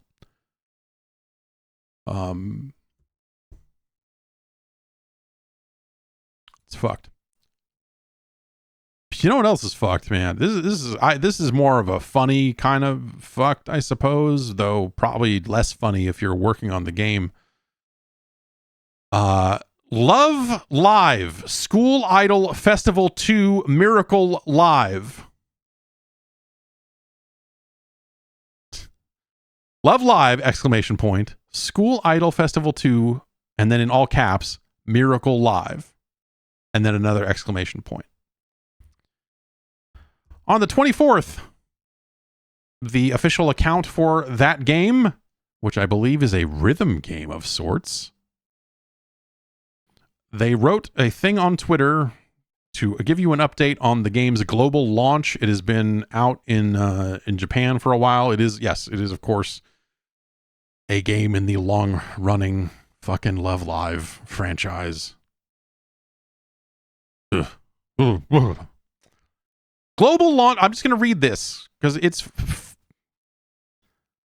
again, we were talking about how the Suicide Squad stuff was something I felt like I had never seen anything that negative before. This is also something I have never seen before. Global launch notice.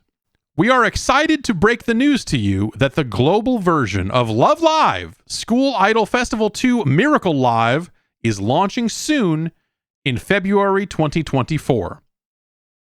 However, we also want to inform you that the global version will close its doors on May 31st, 2024, and cease in-app purchases accordingly. We appreciate the love and support you've shown, and we're committed to making these last few months an unforgettable moment. They announced the release window and the shutdown date of their game in the same motherfucking tweet. They're so sure that this thing is fucking going to fucking tank and not go anywhere, except for maybe a sequel that you could maybe pivot into. They're so convinced that this thing is fucking dead on arrival. They don't even know the full launch date. Like, they're like February 2024. What day? We don't know. We don't know what day. But we do know what day we're shutting this fucker off. It's May 31st. So get your go buy your stuff. Get your microtransactions in now. And yes, this is the sequel to a game that they attempted to pivot out of the first game into this game, and apparently that didn't fucking happen. And so they're not going to pivot back into the last game. Instead, it's more like, okay, we so maybe this will result, because the game is also shutting down in Japan. It's been running longer in Japan. And it's shutting down in Japan, I believe, end of March or something. So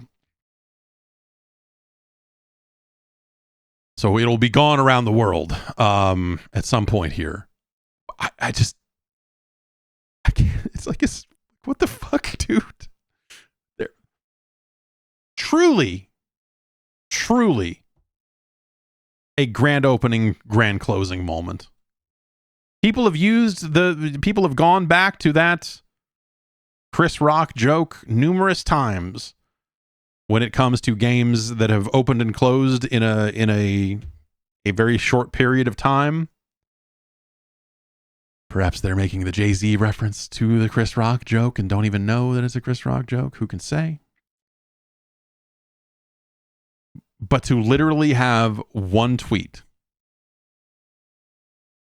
that announces when it's coming out and when it's shutting down, and not writing it as like, this is going to be a limited time event or anything like this. They did not write any kind of spin around this sort of stuff. There was no like, hey, it's a limited engagement, so get in while you can and have a great time. And like, no, it's just like, oh yeah, it's launching. However, end of May, that thing's fucking done. So,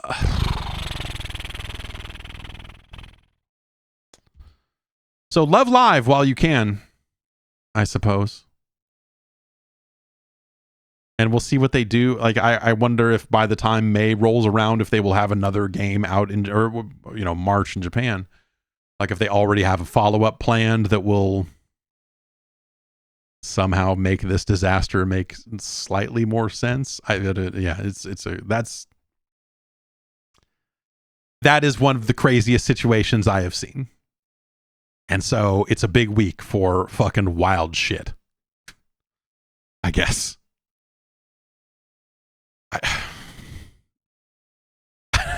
I don't even know. Like, I don't know. I'm flabbergasted, maybe is the word. It's that's fucking crazy. That's really all I could say about it, I suppose, is that's fucking crazy. I don't know. Why don't we get into some emails? Podcast@garb.bike is the email address. Send in your emails to me. I will read them. The ones that I like, I will put a tiny star next to. And that will make it slightly easier for me to find them when it is time for the show.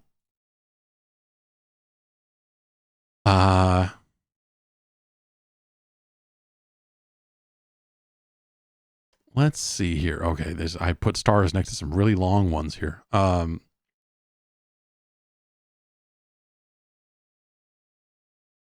Grant writes in and says, have we just gone full circle?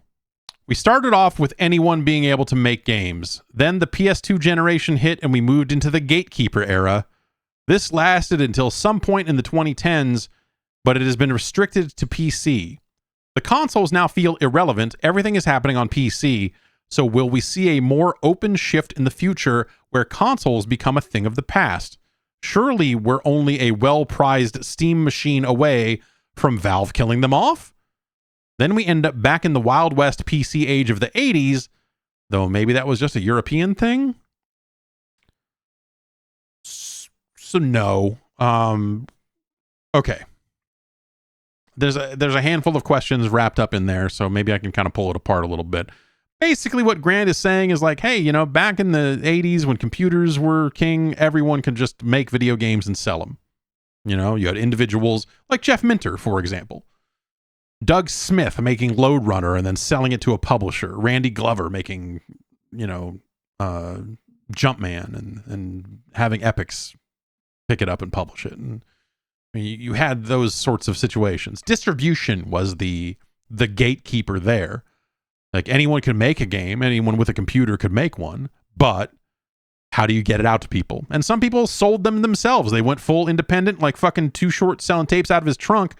They were selling fucking floppy disks in baggies in the back of computer magazines, tiny little classified ads or something, you know? And then the shareware model happened in the 90s, so on and so forth. But I guess the you know, and then he says the PS2 generation hit and we moved into the gatekeeper era. It was never era specific. It was platform specific. So it's not like the PlayStation 2 came out and suddenly individual people couldn't make games anymore. They just couldn't make them on the PlayStation 2. And also the standards for games have changed over the years to the point where people have expectations for size and scope that make it very difficult for an individual person to make a game at full retail price and full retail scope and so on and so forth. But, you know, no one can make 8-bit NES games either. You know, at least without working with Nintendo or having bootleg CIC chips or, you know, or whatever else. Like the last time consoles were completely open, I suppose, was the Atari 2600. But even then, it was a distribution issue. Like anyone could theoretically make an Atari 2600 cartridge. But if you're just a dude, how do you get that manufactured? How do you get it to stores? And so a lot of, you know, publishers, Activision, for example, popped up. And they made their own games and they sold their own games and they did not have to talk to Atari about it at all. They didn't have to go to Atari and say, hey, is it okay if we put out Kaboom? They're like, no, we're putting out Kaboom, you know, because it was just wide open. And so the thing that happened, you know, is the it's not necessarily that there was a gatekeeper era or anything like that. It's just that there was no way for small developers to handle the costs, the manufacturing costs, especially with the minimum order required from a Nintendo if you wanted to make cartridges. It was a substantial amount of money you had to have up front to get those cartridges manufactured. And then you would have to have a whole organization of people who were designed to get those onto shelves and butter up retailers with drinks and fly ladies. No, I don't know. And in order to get, you know, Macy's and Kmart to buy copies of your fucking game. That's just out of reach for most small companies. It was then, it is now. But what happened is the internet happened, right? Digital distribution is the thing that enabled us to go back to small developers. And that started on the PC, or that never fully went away on the PC, I guess. But instead of BBSs and shareware and all of that sort of stuff, suddenly you had like, I think about Crimson Land a lot in this context. I think about, oh, what the fuck? I'm blanking on the name of the game. But I think like that era of shareware, that era of downloadable game, and then just selling it on their website and just being like, click here and enter your credit card and we will give you the game. And that kind of just being a way for you to distribute games and sell games. There was nothing stopping you from just setting up a website and selling shit. You know, once the ability to take credit cards safely and all of that stuff on the internet became like kind of a solved problem, you're like, I don't know, let's go sign up for a Digital River account and then we will start selling software. And so they did. And so that never went away, but on consoles there was no equivalent until we got to the Xbox 360 and the PlayStation 3. Really just the Xbox 360 here though. The PS3 was not as invested in this, but Xbox Live Arcade, and then, you know, as PSN kind of further built out and developed, created a scenario where, like, okay, people are just paying the money on the console directly, like all the payments are handled there, we just have to make the software. And so you had developers, small teams, not always a lot of individuals working alone, but small teams making smaller games and selling them for $5 to $20. And Microsoft having that process in place, even though that process was not good then, at least they had something. And it kind of pushed us into this direction. And then we talk all about how, you know, indie games on the PS4 and how Sony opened up to self-publishing, and now ID at Xbox has, you know, has made that significantly easier as well. There was that brief era where you had the Xbox Live indie games section where, you know, you could really have one person making a game with zombies in it and selling it. And now Ska Studios, you know, they're making fucking games, man. And so that's really the thing that changed is, you know, but you do have to, you know, the spirit of the Xbox Live indie game section on the 360 is gone in some ways, but also now ID at Xbox means that, you know, anyone can just publish it for real. It doesn't need to be some separate kind of othered section of the storefront. It's like, no, your games came out on Xbox this week. Your games came out on PlayStation this week, and they're just in the store like everything else, which is why all these storefronts are so fucking cluttered, is because there's so much shit coming out all the time now. It's too much. It's crazy. So, you know, I think that stuff does exist on consoles now, even on Nintendo to a lesser extent. Like, they do enable, you know, smaller publishers to work on the platform and publish things on the platform for sure. You know, they've got a whole third-party team that focuses on all sorts of stuff. I think they I don't know if they're a little more gatekeepery to their platform than the other ones are, but I know that, you know, they've got, everyone has their own kind of rules for what content is allowed on the platform or not, and so on and so forth. So I think that, like, it was something that always existed on the PC. It didn't exist on consoles until relatively recently in the grand scheme of things. And now we are at a point where a lot of games, big and small, come out all the time. And, you know, that's exciting. It's cool. I feel like the big games are struggling in some weird ways, in terms of quantity. Obviously, as games get bigger and more expensive and too big to fail and whatever else, like, we just, you know, that market feels like it's dried up in some ways. The big games are still fucking massive by that standard. But then on top of that, those kind of big AAA games are dwarfed in terms of active users and money and all this other stuff by a lot of these kind of online-y platform games like Roblox and Fortnite and that sort of stuff. So So, I mean, you could even theoretically, like if you didn't want to necessarily make a game for Xbox, you could make a game in Fortnite and I believe sell that. You could make games in Roblox and sell those. So it's like platforms on top of platforms. In some ways, there's never been a better time to be a small developer because of the choices like that you have in front of you. Of course, the catch is that like there's so much coming out all the time. How do you break through the noise? How do you market your small indie game and you don't have a team in place to do that for you? How do you even get the word out that it exists and so on and so forth? And so sometimes indie games feels like a lottery system where games break through and some games don't. And you play some games that are like really small, but really incredible, but they never find an audience and you're like bummed out about it.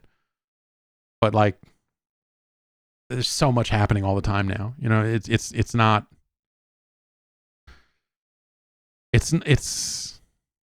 like it was, but it's not kept or anything like that either. It's a different thing now. And it's scary in its own ways.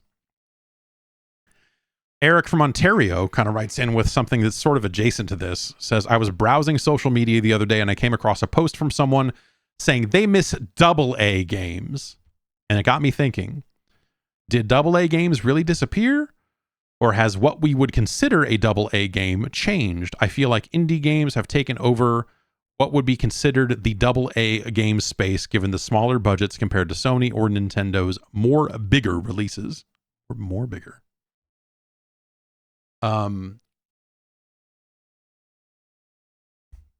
So yes, yes and no. Or I guess I would say yes, but not necessarily for those reasons.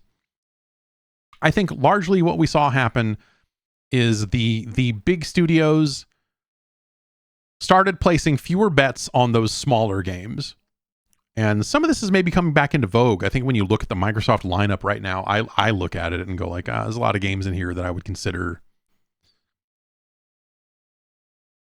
if you want to use the term AA, I suppose, but like the $40 game, the B game is kind of closer to what we're talking about here. Like those, it's not the big companies. I always go back to Midway. They were in a lot of ways the king of, they just made a bunch of games and some of them were big like Mortal Kombat and some of them were not, like Dr. Muto,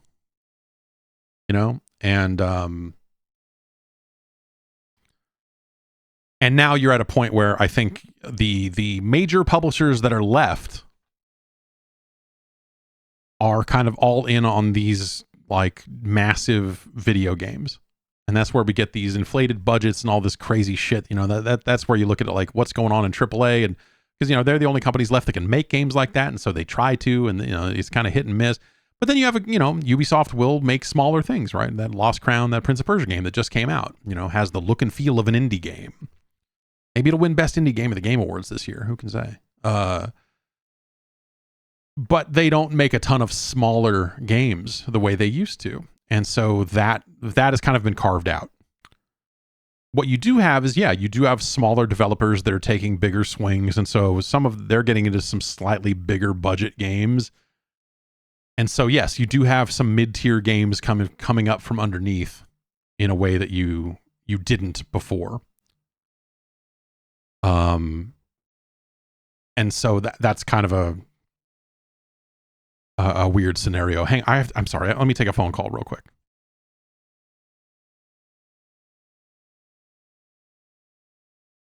Okay. Sorry. I had to set some cash out for a thing. Let's get on to the next email here.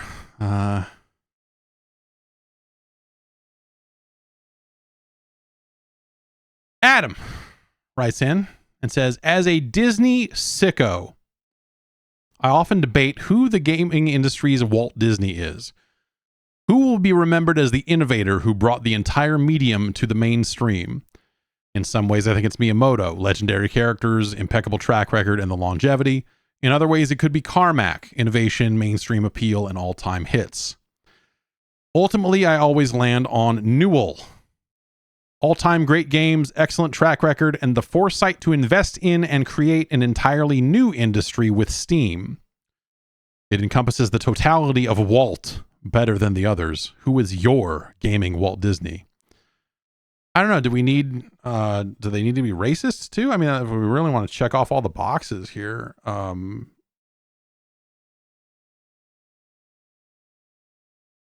I could think of a few.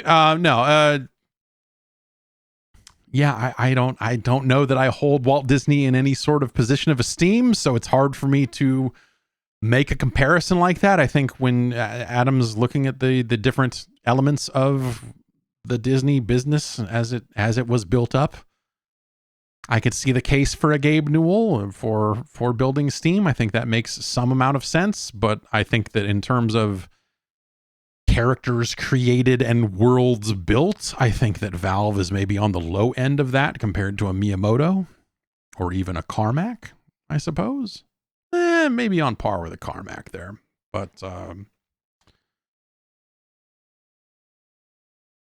yeah, I that's it's interesting to think about. But I guess like at the end of the day, I don't really think about Walt Disney as much else other than being kind of a dirtbag. Is it Yuji Naka? Yeah, I mean, Naka went to jail. Naka did some shit, but I don't know. I think to me, I think the more interesting comparison of like who is gaming's X, it's not Walt Disney, it's Jim Henson. In terms of like, okay, because I think you have to think about it in terms of like just the pure kind of creative end of things. Otherwise, yeah, you are getting into like, well, Walt Disney had the foresight to build this business and do this and that, and then yeah, I guess that makes a case for like a Gabe Newell as someone who kind of has touched various parts of this business in a lot of ways. But I think like the Jim Henson type stuff is maybe not as industry shaping, but I think that's just a more interesting comparison. And I do think you kind of end up at Miyamoto in that sort of vein, just in terms of just like the amount of creativity that is kind of laid at his feet over the years. But yeah, Nintendo and Disney comparisons are always funny when you think about the histories of those two companies and their histories together in some cases. Stephen from Adelaide, Australia writes in and says, why were NES passwords so long? Why was that ever necessary? When I log into my bank to do stuff with my own money, I only need 4 numbers and I'm in. But devs needed to gatekeep level 2 of a video game. Well, it's because when you punch in those 4 numbers at the bank, it checks a server and can figure things out and pull whatever data it needs once it's authenticated you. Passwords for old games need to store every variable that they want to store. That's how much money you might have had, which items you had picked up, which level you were on. Some games do have passwords that are just like it's 4 characters and then you start on level 3. There are plenty of games that have Crystal Mines 2 for the links. Chips Challenge also for the links. I think are just 4-letter passwords per level. But if you're they can't hit a server. So, nowadays, that's why we don't see passwords, right? Is because all that shit can be stored server side or can be stored in a save file. You authenticate once, just like you do at the bank, and then it can transfer and do whatever it needs to do with your data. They didn't have that luxury on the NES. So instead it's just like, okay, we need to find a way to encode where Samus is, how many missiles Samus has. Does Samus have the screw attack? Yes or no? Has this boss been beaten? Like basically every single, whether it's decision point or every single like variable in the game needs to be represented in some way. And as such, those passwords got out of control. Like the passwords, there are ridiculous passwords out there. So think of like that's like a good like think about the passwords for Mike Tyson's Punch Out, where it's a phone number. It's 10 characters. 10 numbers even. It's not even the full 26 characters of the alphabet. Like that is a situation where it's like, what do they really need to store? What fight you're on?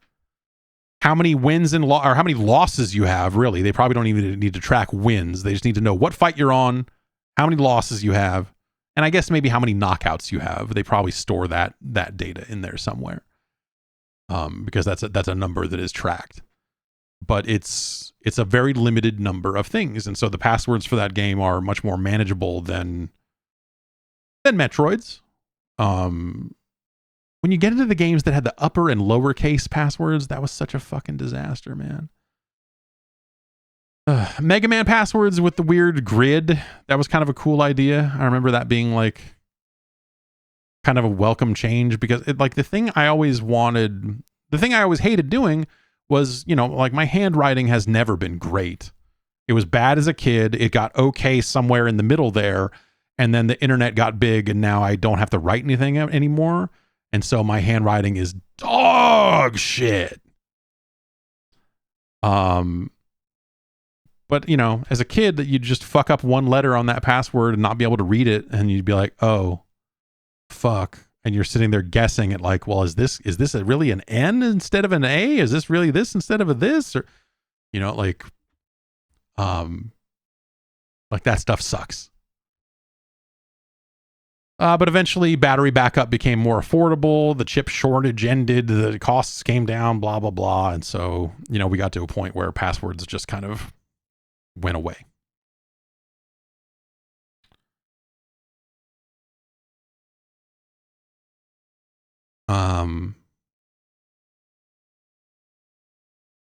George writes in this here with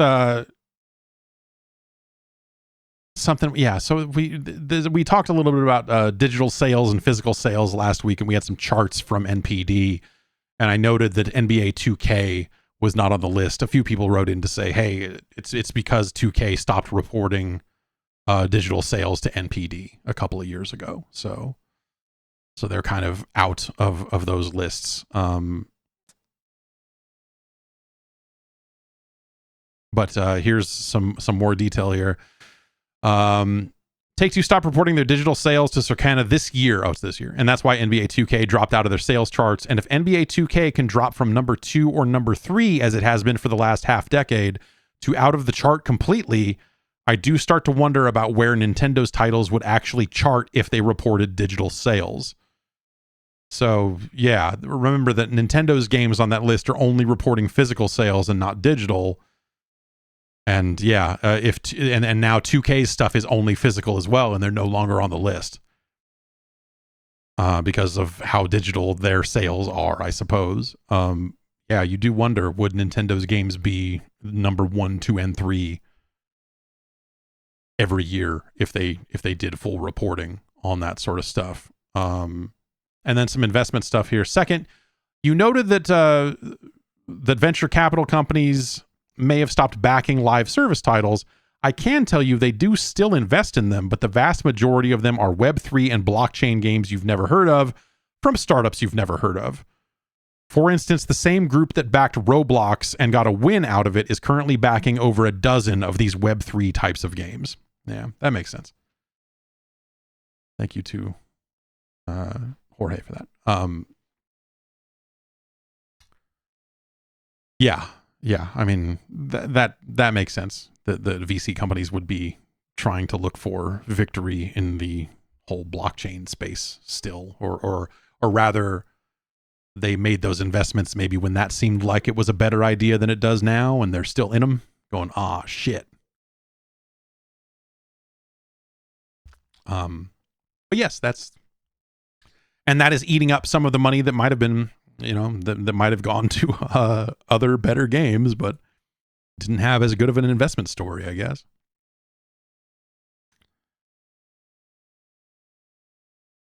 Sean from North Carolina writes in and says, I recently picked up one of these Chinese handheld emulation devices, elegantly named the RG35XX, specifically so I could have something that comfortably fit in a pocket. Although the handheld market is booming and multiple major companies have thrown their hats into the ring, nobody, including Nintendo, seems to be emphasizing portability in the form factor. Even the Switch Lite is too big to really fill this need for me. Could there still be a market for pocket-sized handhelds from a major hardware manufacturer? And if not, why? Have phones truly killed the portable handheld? Yes. I do think that phones killed that form factor in a lot of ways. But yeah, a smaller device that actually fit in your pocket, I think that is cool. But I also think that the complexity of modern games maybe also impacted that too, because you end up with really small text on screen. And so those smaller screens become sort of a disaster. When the Game Boy Micro first came out, I could still use it. I could still play games on that. There were some games with really small text, and sometimes that was a pain, but I generally could still do fine with it. I bet with where my eyes are right now, this number of years later, that I would have a problem with more games than I did when that thing first came out. So, you can only go so small before that starts to become an issue. I like the idea of, controllers for phones. I just think that none of those have been any good. That it's just been, you have to bolt it to the phone. You can't leave it bolted to the phone, because that's that's bad for your pocket too. It's not a good in and out of the pocket experience. You can, sorry, I have to just quickly write a text message here.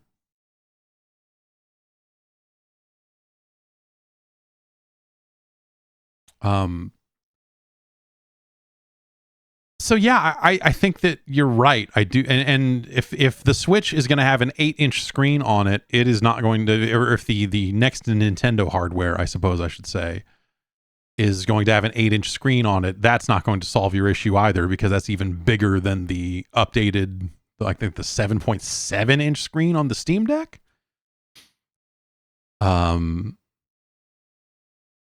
So, I think most people carry bags.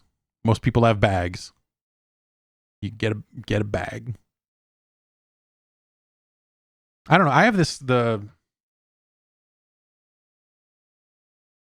thing, and it's technically pocket sized, I suppose. I mean, it is literally called the Analog Pocket.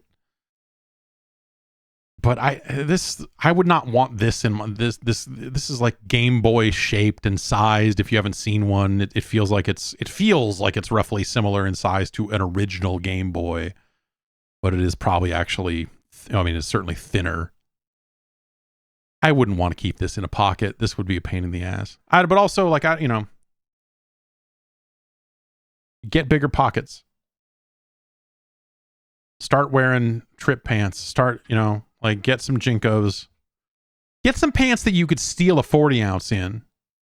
Get some big old cargo shorts and go into the 7-Eleven and slide a 40 ounce into that pocket. And then just make your way out. No one knows. Maybe you buy some meat product while you're there, and then just shoplifting 40s, and then you'll always have pockets big enough to handle a modern handheld might be. But no, I think that the 16:9 nature of current screens, the all of that sort of stuff, I think the form factor of having the controls on the side of the screen instead of under it, I think generally makes a lot of sense given the size and shape of current screens. And so I think that this kind of form factor you're talking about, this old Game Boy form factor, I think is best relegated for these emulation machines and that sort of thing. I don't think we'll see a comeback on that.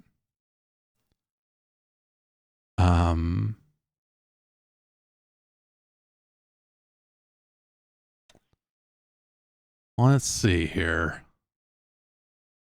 Ben in Boston writes in, so the PlayStation 5 and Xbox consoles had long cross-gen periods after launch when we kept getting games released on the older generation of machines.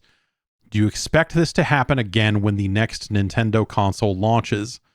On the one hand, there are so many Switches out there they may not want to start from scratch, but then again, you never know with Nintendo. It's a good question. I don't know that we see a long I don't know that we see a long period of cross-gen from Nintendo on this. I do think that the next one will end up being backwards compatible. But that's just kind of a guess, really.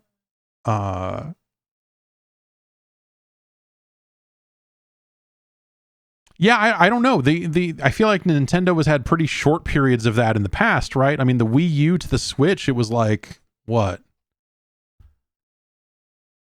Zelda. I mean, unless we start counting ports that happened later, but in terms of just like near term, close to simultaneous releases, we didn't really get that many, right? I mean, I guess the Wii to Wii U, we ended up getting.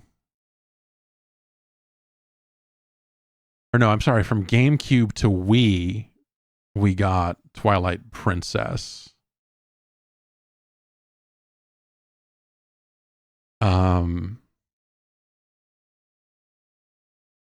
But it feels like they've never really had a long period of that. It felt more like, oh, well, this just, because of the release date of this, it kind of makes sense for us to put this out in both places. But there was a very small number of games both times. You have like your Breath of the Wild, and then Twilight Princess.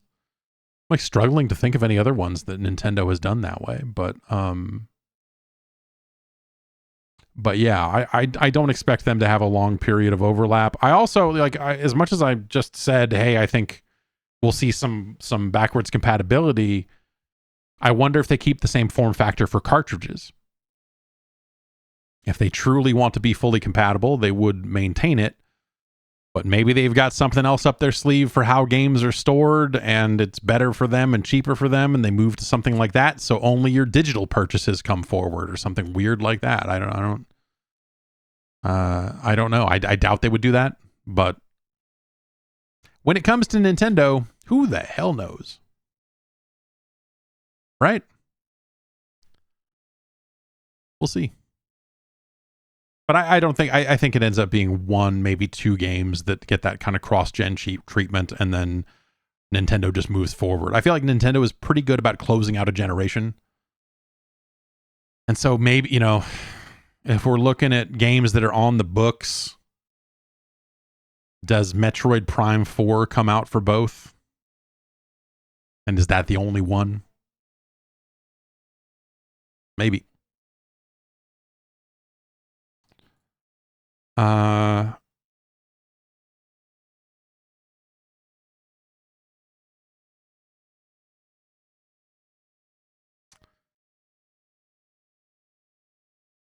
No, I'm sorry. I was about to read that one, and now I'm not going to read that one.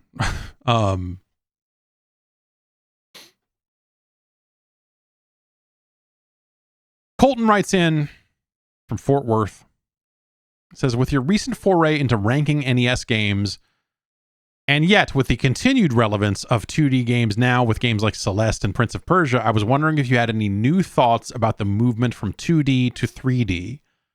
There's been a healthy debate about whether we performed the shift well, or if there happens to be some painful realizations about character movement, cameras, and if there were any new insights based on your recent activities. Not really. I have seen people say that, like, oh, the early days of 3D gaming were actually terrible. Like, it's usually people that are trying to shit on Mario 64 for some weird reason. Or Croc, I suppose, which, had a lot of the Mario 64 stuff before Mario 64 and not done nearly with the same level of craft, but technically that came first in some ways.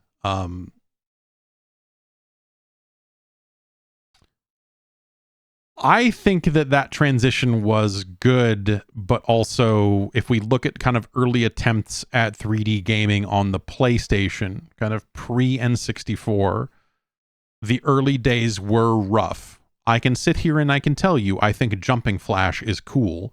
The control in that game is not good. And so I think where I net out on that is that the addition of analog controls is what made 3D movement make more sense and really make it possible for it to feel good. Yeah, Bug doesn't feel good. I thought Tomb Raider controlled like fucking absolute garbage. I think some of those early PlayStation games like Croc, like a Twisted Metal, like Resident Evil did okay for like, I don't think the tank controls in that game are good, but at least that was an example of someone going, okay, we're going to lock this camera down so that you don't have to also think about camera control on this PlayStation controller along with moving the character and turning the character and all of that sort of stuff. Like, they made the controls make sense for the game they were making at the time. And so I think that works really well for what it is. But yeah, sure, the early days of polygonal gaming are not awesome in terms of gameplay and stuff like that. And I think it is largely because of the controls and the level of control we had over the action at the time. And so like it leads to some weird scenarios where like I wonder, like, okay, Twisted Metal is a game I think has always controlled like shit. And when it came to them finally adding support for analog controllers to the PlayStation and for Twisted Metal to have actual analog support, the way you played and controlled the game, like the cars in Twisted Metal, was already kind of locked in and codified. And so I wonder if they were building Twisted Metal from the ground up, if that genre didn't exist at all, and they were building car combat games with an analog controller in mind right out of the gate, would they have made different choices? Would they have made better games? Because everyone kind of locked in on that control scheme. Even you know, your Vigilante 8s of the world, like games that came out later and games that would have come out after the analog controller existed and would have supported that stuff out of the gate, like, would that entire genre be different? Critical Depth, or, you know, whatever the, like, all of the different games that came out in the wake of Twisted Metal. Like, what would they have done differently if they had those tools at their disposal right out of the gate? Because instead, Twisted Metal was kind of the market leader, and so even when you made a new one of those, even if you had analog controls at your disposal, people were already used to controlling Twisted Metal games in a certain way, and so you kind of had to honor that. And that didn't always work out. I think that could have been better, I guess, is my point. In terms of how you aim the weapons, could you have used the right stick if people were more accustomed to doing that sort of thing? Like, there's a lot of things that could have changed and could have been different, right? Someone just hacked in analog support for the early Armored Core games. Like, I believe there are ROM hacks out there for those that change the controls in a way that sounds interesting. But yeah, I think that it's less about the transition of 2D to 3D in terms of a graphical change, and really about like how we controlled those games. And like I said, I think that Mario 64 ends up being, I think, one of the early good examples of really taking advantage of analog control in ways that make that game work.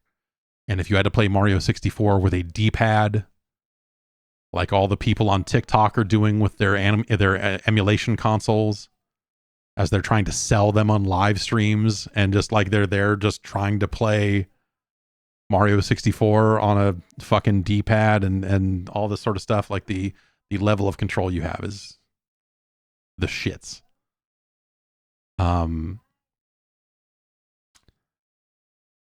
And I think that's all there is to it. I think it was a factor of like graphics changed and controls needed to catch up.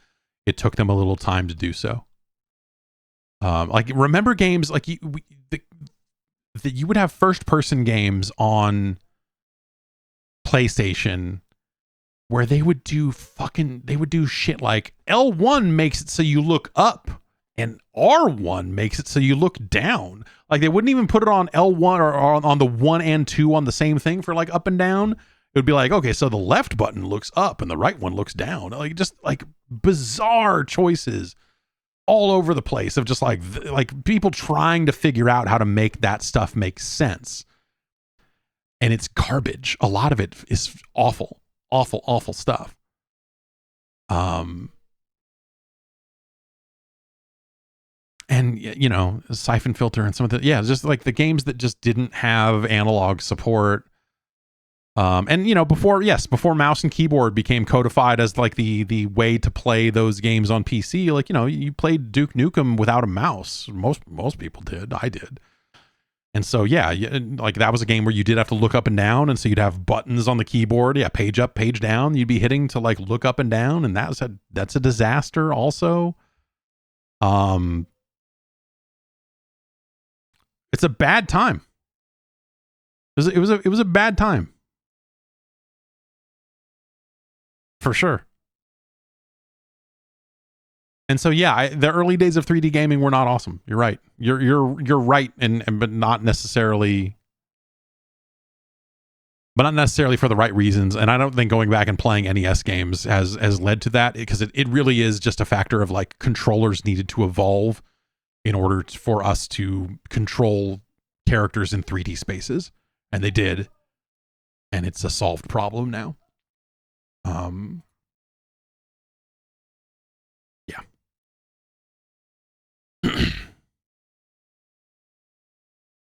Mm-hmm. Bolden writes in, this is something I kind of brought up as a possibility, but it writes in and says, how likely or even possible do you think it is for the Switch 2 to have a dock that's able to receive streaming data from the handheld?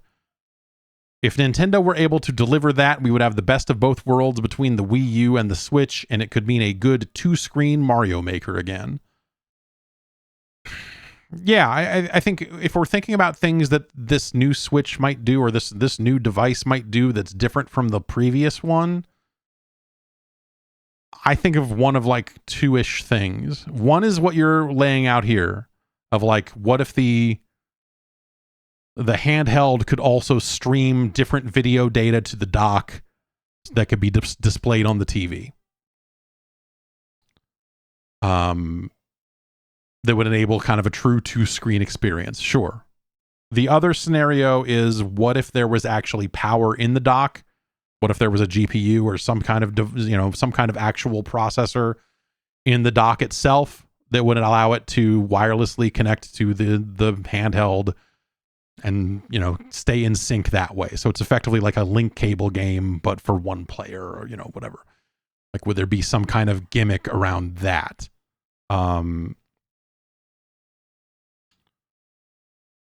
I think either is possible. I do think that putting actual processing power in the deck or in the dock rather, raises costs in a way that might not be a move they want to make.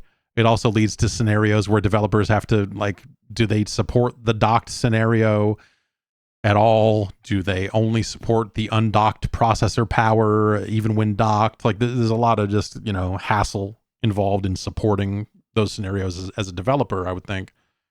Whereas if you were just doing streaming and all of the power lived inside the handheld, maybe that's a little bit easier. But even then, spitting out 2 different displays on one mobile focused GPU, like that, it's not going to be a mega powerful system. So that's going to probably suck for different reasons, right? So I don't know. I don't think either scenario is perfect, but I wonder, like, I have trouble thinking about other gimmicks, or other gimmicks is a shitty word, but I mean, other other changes they could make to the Switch blueprint to enhance it, to give it like another gear, another thing, another like, oh, and now it does this. Like, I don't know what that thing is. It could be another weird controller change. I would love to see them ditch Joy-Cons. If this thing comes out and it's like, and your Joy-Cons just connect right to it, I'm going to be bummed.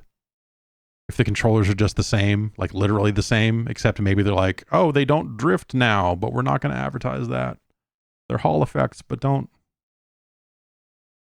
I don't know.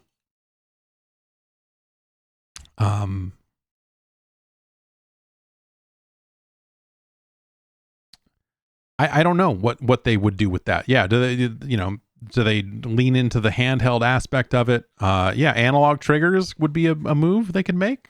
That'd be nice. I'm sure anyone trying to make a driving game would appreciate better triggers on that fucking thing. I know I would.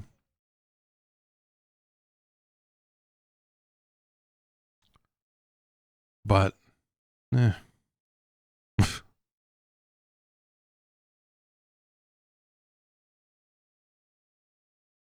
let's see here.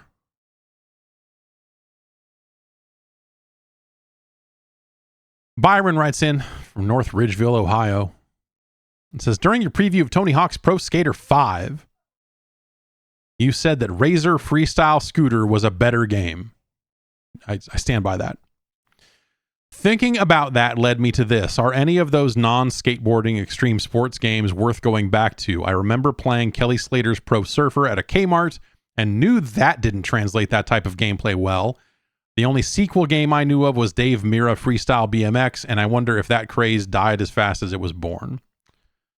So yeah, games in the Tony Hawk vein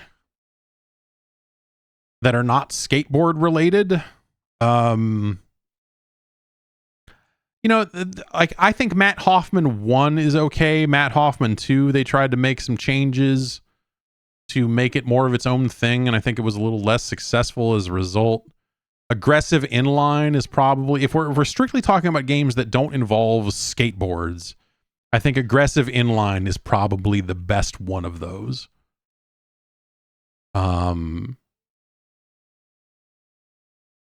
It's not the pro wakeboarding game. It's certainly not the surfing game. I don't think those barely fit into the Tony Hawk mold at all, really. Those were just, they had the same style of logo. People keep saying SSX, but that's not that type of game either.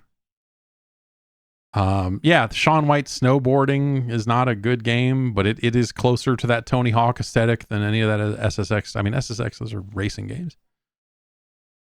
The Razor Freestyle Scooter game is actually pretty good for what it is. If we include games that have skateboards in them but are not Tony Hawk games, I think that Grind Session for the PlayStation 1 is a pretty good game.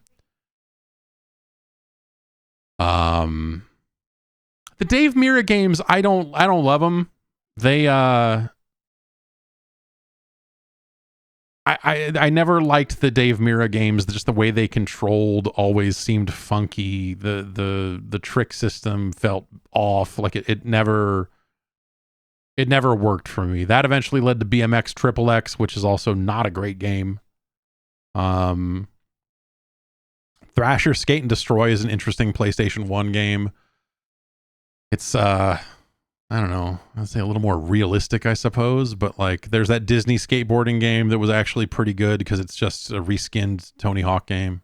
But in terms of like games that came from that extreme sports era of like the Tony Hawk era, but didn't involve a skateboard, it's a pretty small list. It's like, it's Aggressive Inline and Matt Hoffman 1. I don't know. Matt Hoffman's an interesting one because Matt Hoffman 1 suffers by straying too close to the Tony Hawk games, whereas Matt Hoffman 2, I think, makes too many changes away from the way Tony Hawk controlled, and neither of them feel quite right. But yeah, that's probably what I would go with. Aggressive Inline's a good game. Aggressive inline is solid. Nokia fanboy writes in and says, what happened to Nova Logic? Delta Force was amazing. Black Hawk Down was amazing. Joint Operations came out in 2004 and was popular. All my friends and I preferred it to over Battlefield 2, and then the developer just vanished. What happened? Well, through a roundabout way, Nova Logic is now part of the Embracer Group. Yep. They sold the company to THQ Nordic at some point. Let me see if I can figure out what year that was. And by figure out, I mean look it up. 2016, Nova Logic was sold to THQ Nordic. And then last year, THQ Nordic sold the rights off to the Delta Force franchise to Tencent, who now has a game called Delta Force Hawk Ops, which really doesn't roll off the tongue at all. Delta Force Hawk Ops. Hawk Ops. Hawk Ops. Hawk Ops. Hawk Cops. It's a terrible fucking name, but I guess, I don't know. That is some kind of competitive shooter. See if that ever makes it out the door. But yeah, Nova Logic made Comanche, which was this sick voxel-based helicopter game in the early 90s that was just beautiful for its day. Really just cool graphical style for that era.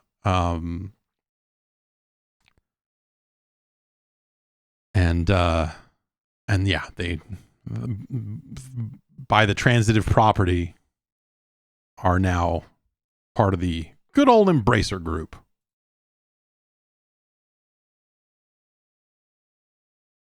Let's end on this one because it's more of a crazy story than an email. It's from Jared, who writes in and says, I was encouraged by the Discord chat to share this story with you as they all agreed you would appreciate it. When I was in college around 2008, we would frequently hang out at a friend's place and play Project M until 3 a.m, because that's just kind of the people we were. And this friend had hanging on a wall a copy of the first Teenage Mutant Ninja Turtles NES game from 1989. The box advertised that inside was a coupon for a free personal pan pizza, which was something we joked about now and then. But it became no joke one night when we were high as hell and hungry. 2 blocks away was a Pizza Hut, so we decided to use it. We figured the coupon would be expired, but our high dumbasses had a plan. If we showed up to the Pizza Hut and opened the NES game in front of the cashier, somehow this would make it okay. We believed it would show earnest authenticity and somehow thought it can't be expired if you haven't accessed it.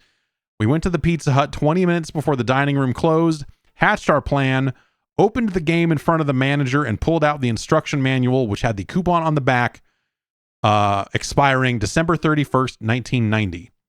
The woman behind the desk thought it was kind of cute, so she offered us a free pan pizza if we bought another pizza, which was the plan anyway. We did not tell the owner of the game until he got home, but we saved him a slice of the personal pan.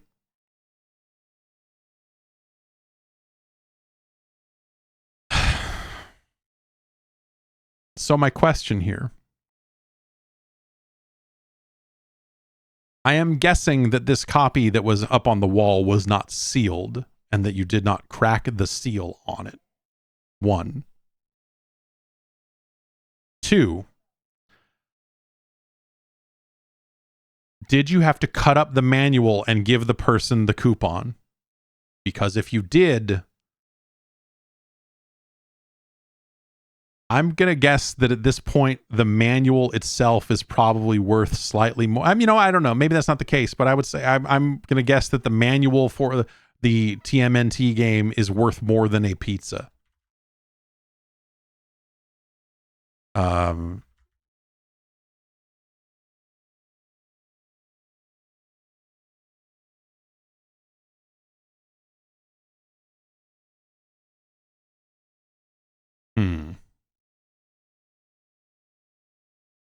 I'm looking. Oh, I'm looking on the wrong website for this sort of thing. Let's see. Let's see.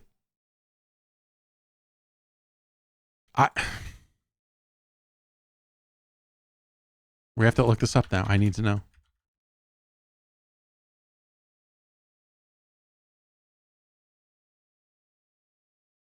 So a complete copy of that in box with manual is on eBay right now for $120. That's money. It's not a ton of money. Let's see here. The manual. Okay, here's a copy of the manual. $13. $12.90 for a copy of the. Here's another one for $9.95. So let's call it $11 for just the manual alone. So I'm gonna guess if you had to cut the back page off the manual for the coupon, that's. I'll put it to you this way: the cost of this manual probably only goes up in price as time goes on. That personal pan pizza has only gone down in value since you acquired it. I might argue that its value is, let's say, $1, because it's a story you can tell. It has some value.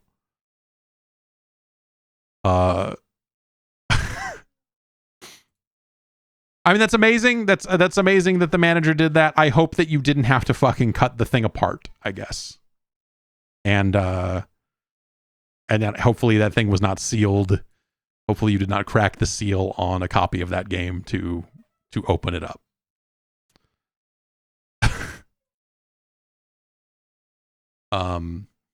Jared has a follow-up question here. It says, I should also ask a question. I've been racking my brain around this question for a while now as a future parent who loves video games.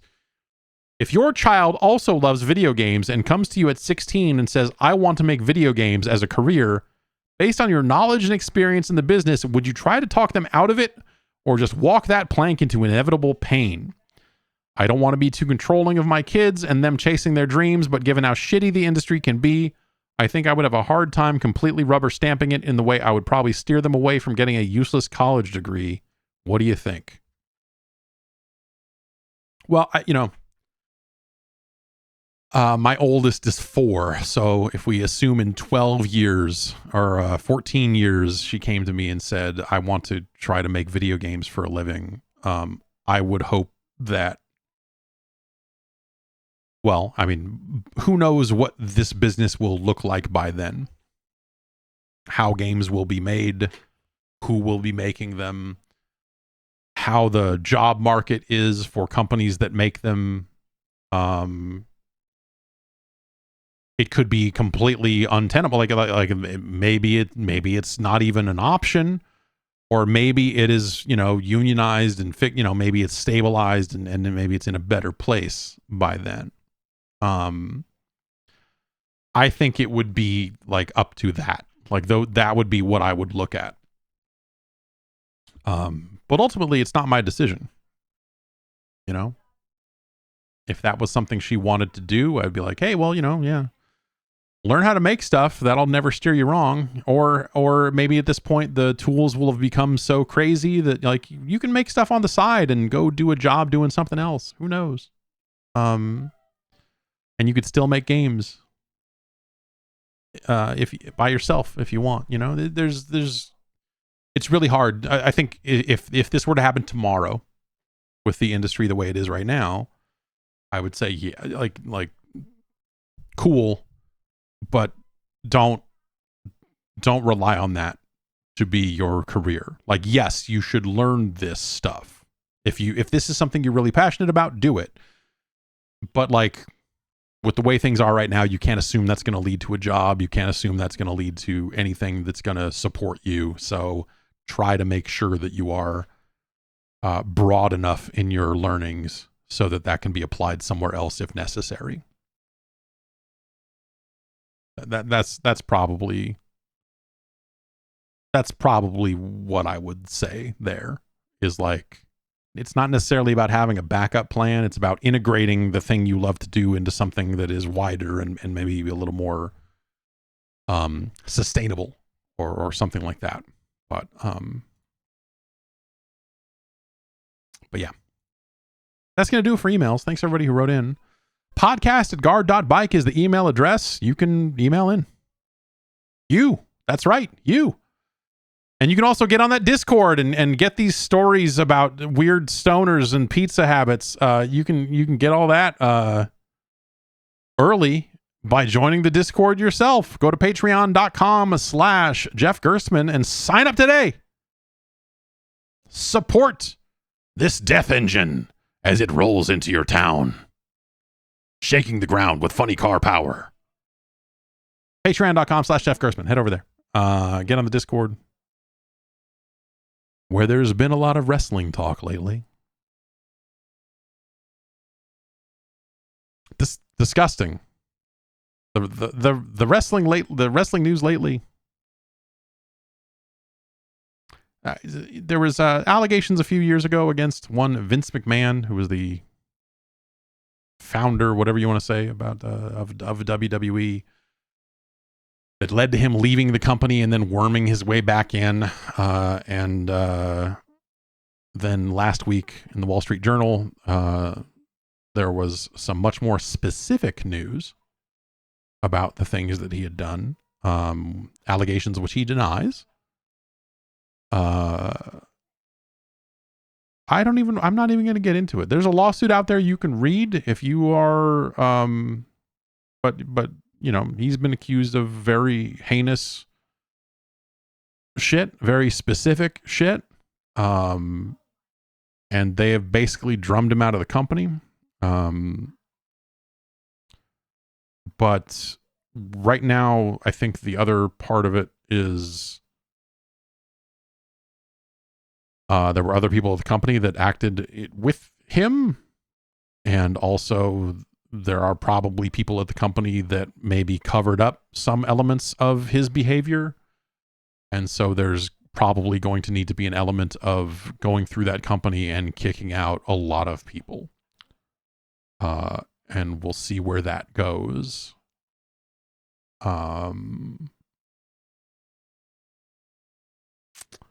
I ended up reading the lawsuit. I don't think you should read the law. I don't think you need to read the lawsuit. It's a sexual assault related in nature, and then some. And I don't know that you need to see it.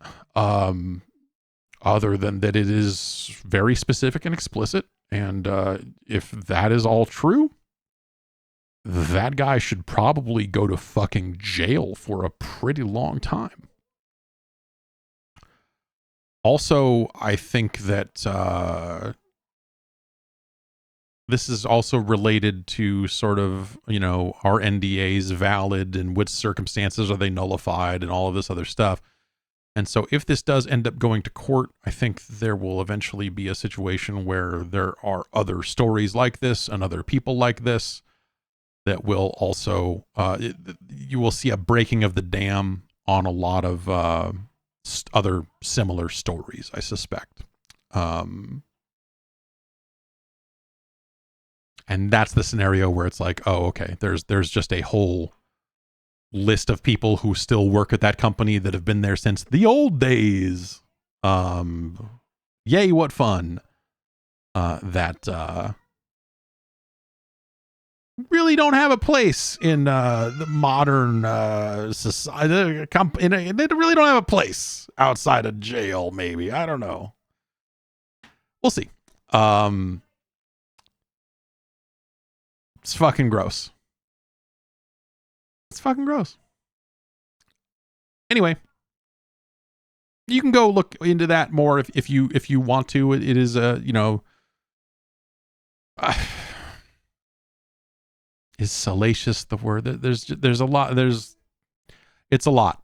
I would recommend. I don't think I recommend not reading the lawsuit on that one if you feel like you don't need to. But it's a next level. You know, you see some people are just like, oh, what? People at a wrestling company are bad? Oh, wrestlers or maybe carnies or this and that. Like, this is beyond that stuff. Beyond that stuff. All right, I'm gonna get going. Everybody have a good rest of your week. Maybe, hey, I'm gonna play some Suicide Squad here today or tonight, probably tonight, after the kids go to bed, under cover of darkness. And if there's any interest there the following day, I'll be here on Wednesday to stream some video games, and perhaps we will stream some Suicide Squad if that's something that I'm still interested in showing, but also maybe we'll just do something else. If I play a bunch of Suicide Squad tonight and decide I've had my fill, then maybe I'll just do something else tomorrow. And then on Friday, we'll be ranking 8-bit NES games. I am also there's a Sony State of Play this week. I would like to talk over it, but there's a lot of logistics around stuff here with the kids and everything that are making that difficult, but I am trying to figure that out. If I can figure that out, then that is tomorrow. That is tomorrow, right? Let me just double check that. That is supposedly where, if you believe the leaks, that is supposedly where the full name of Death Stranding 2 will be unveiled, along with some other stuff. Yeah, that's tomorrow at 2 p.m. Pacific. I'm not sure what will happen there, but what may end up happening is I may start later, like at more like 11 or 11:30 Pacific time, and then go through and into the State of Play and do the whole thing all at once, if I can manage that. If not, if I can't swing it, I can't swing it. But that's I'm attempting to move a bunch of stuff around, but there are appointments and other things that are kind of in the way of that. But we will do what we can. Otherwise, see you next week on the podcast. Take care of yourselves.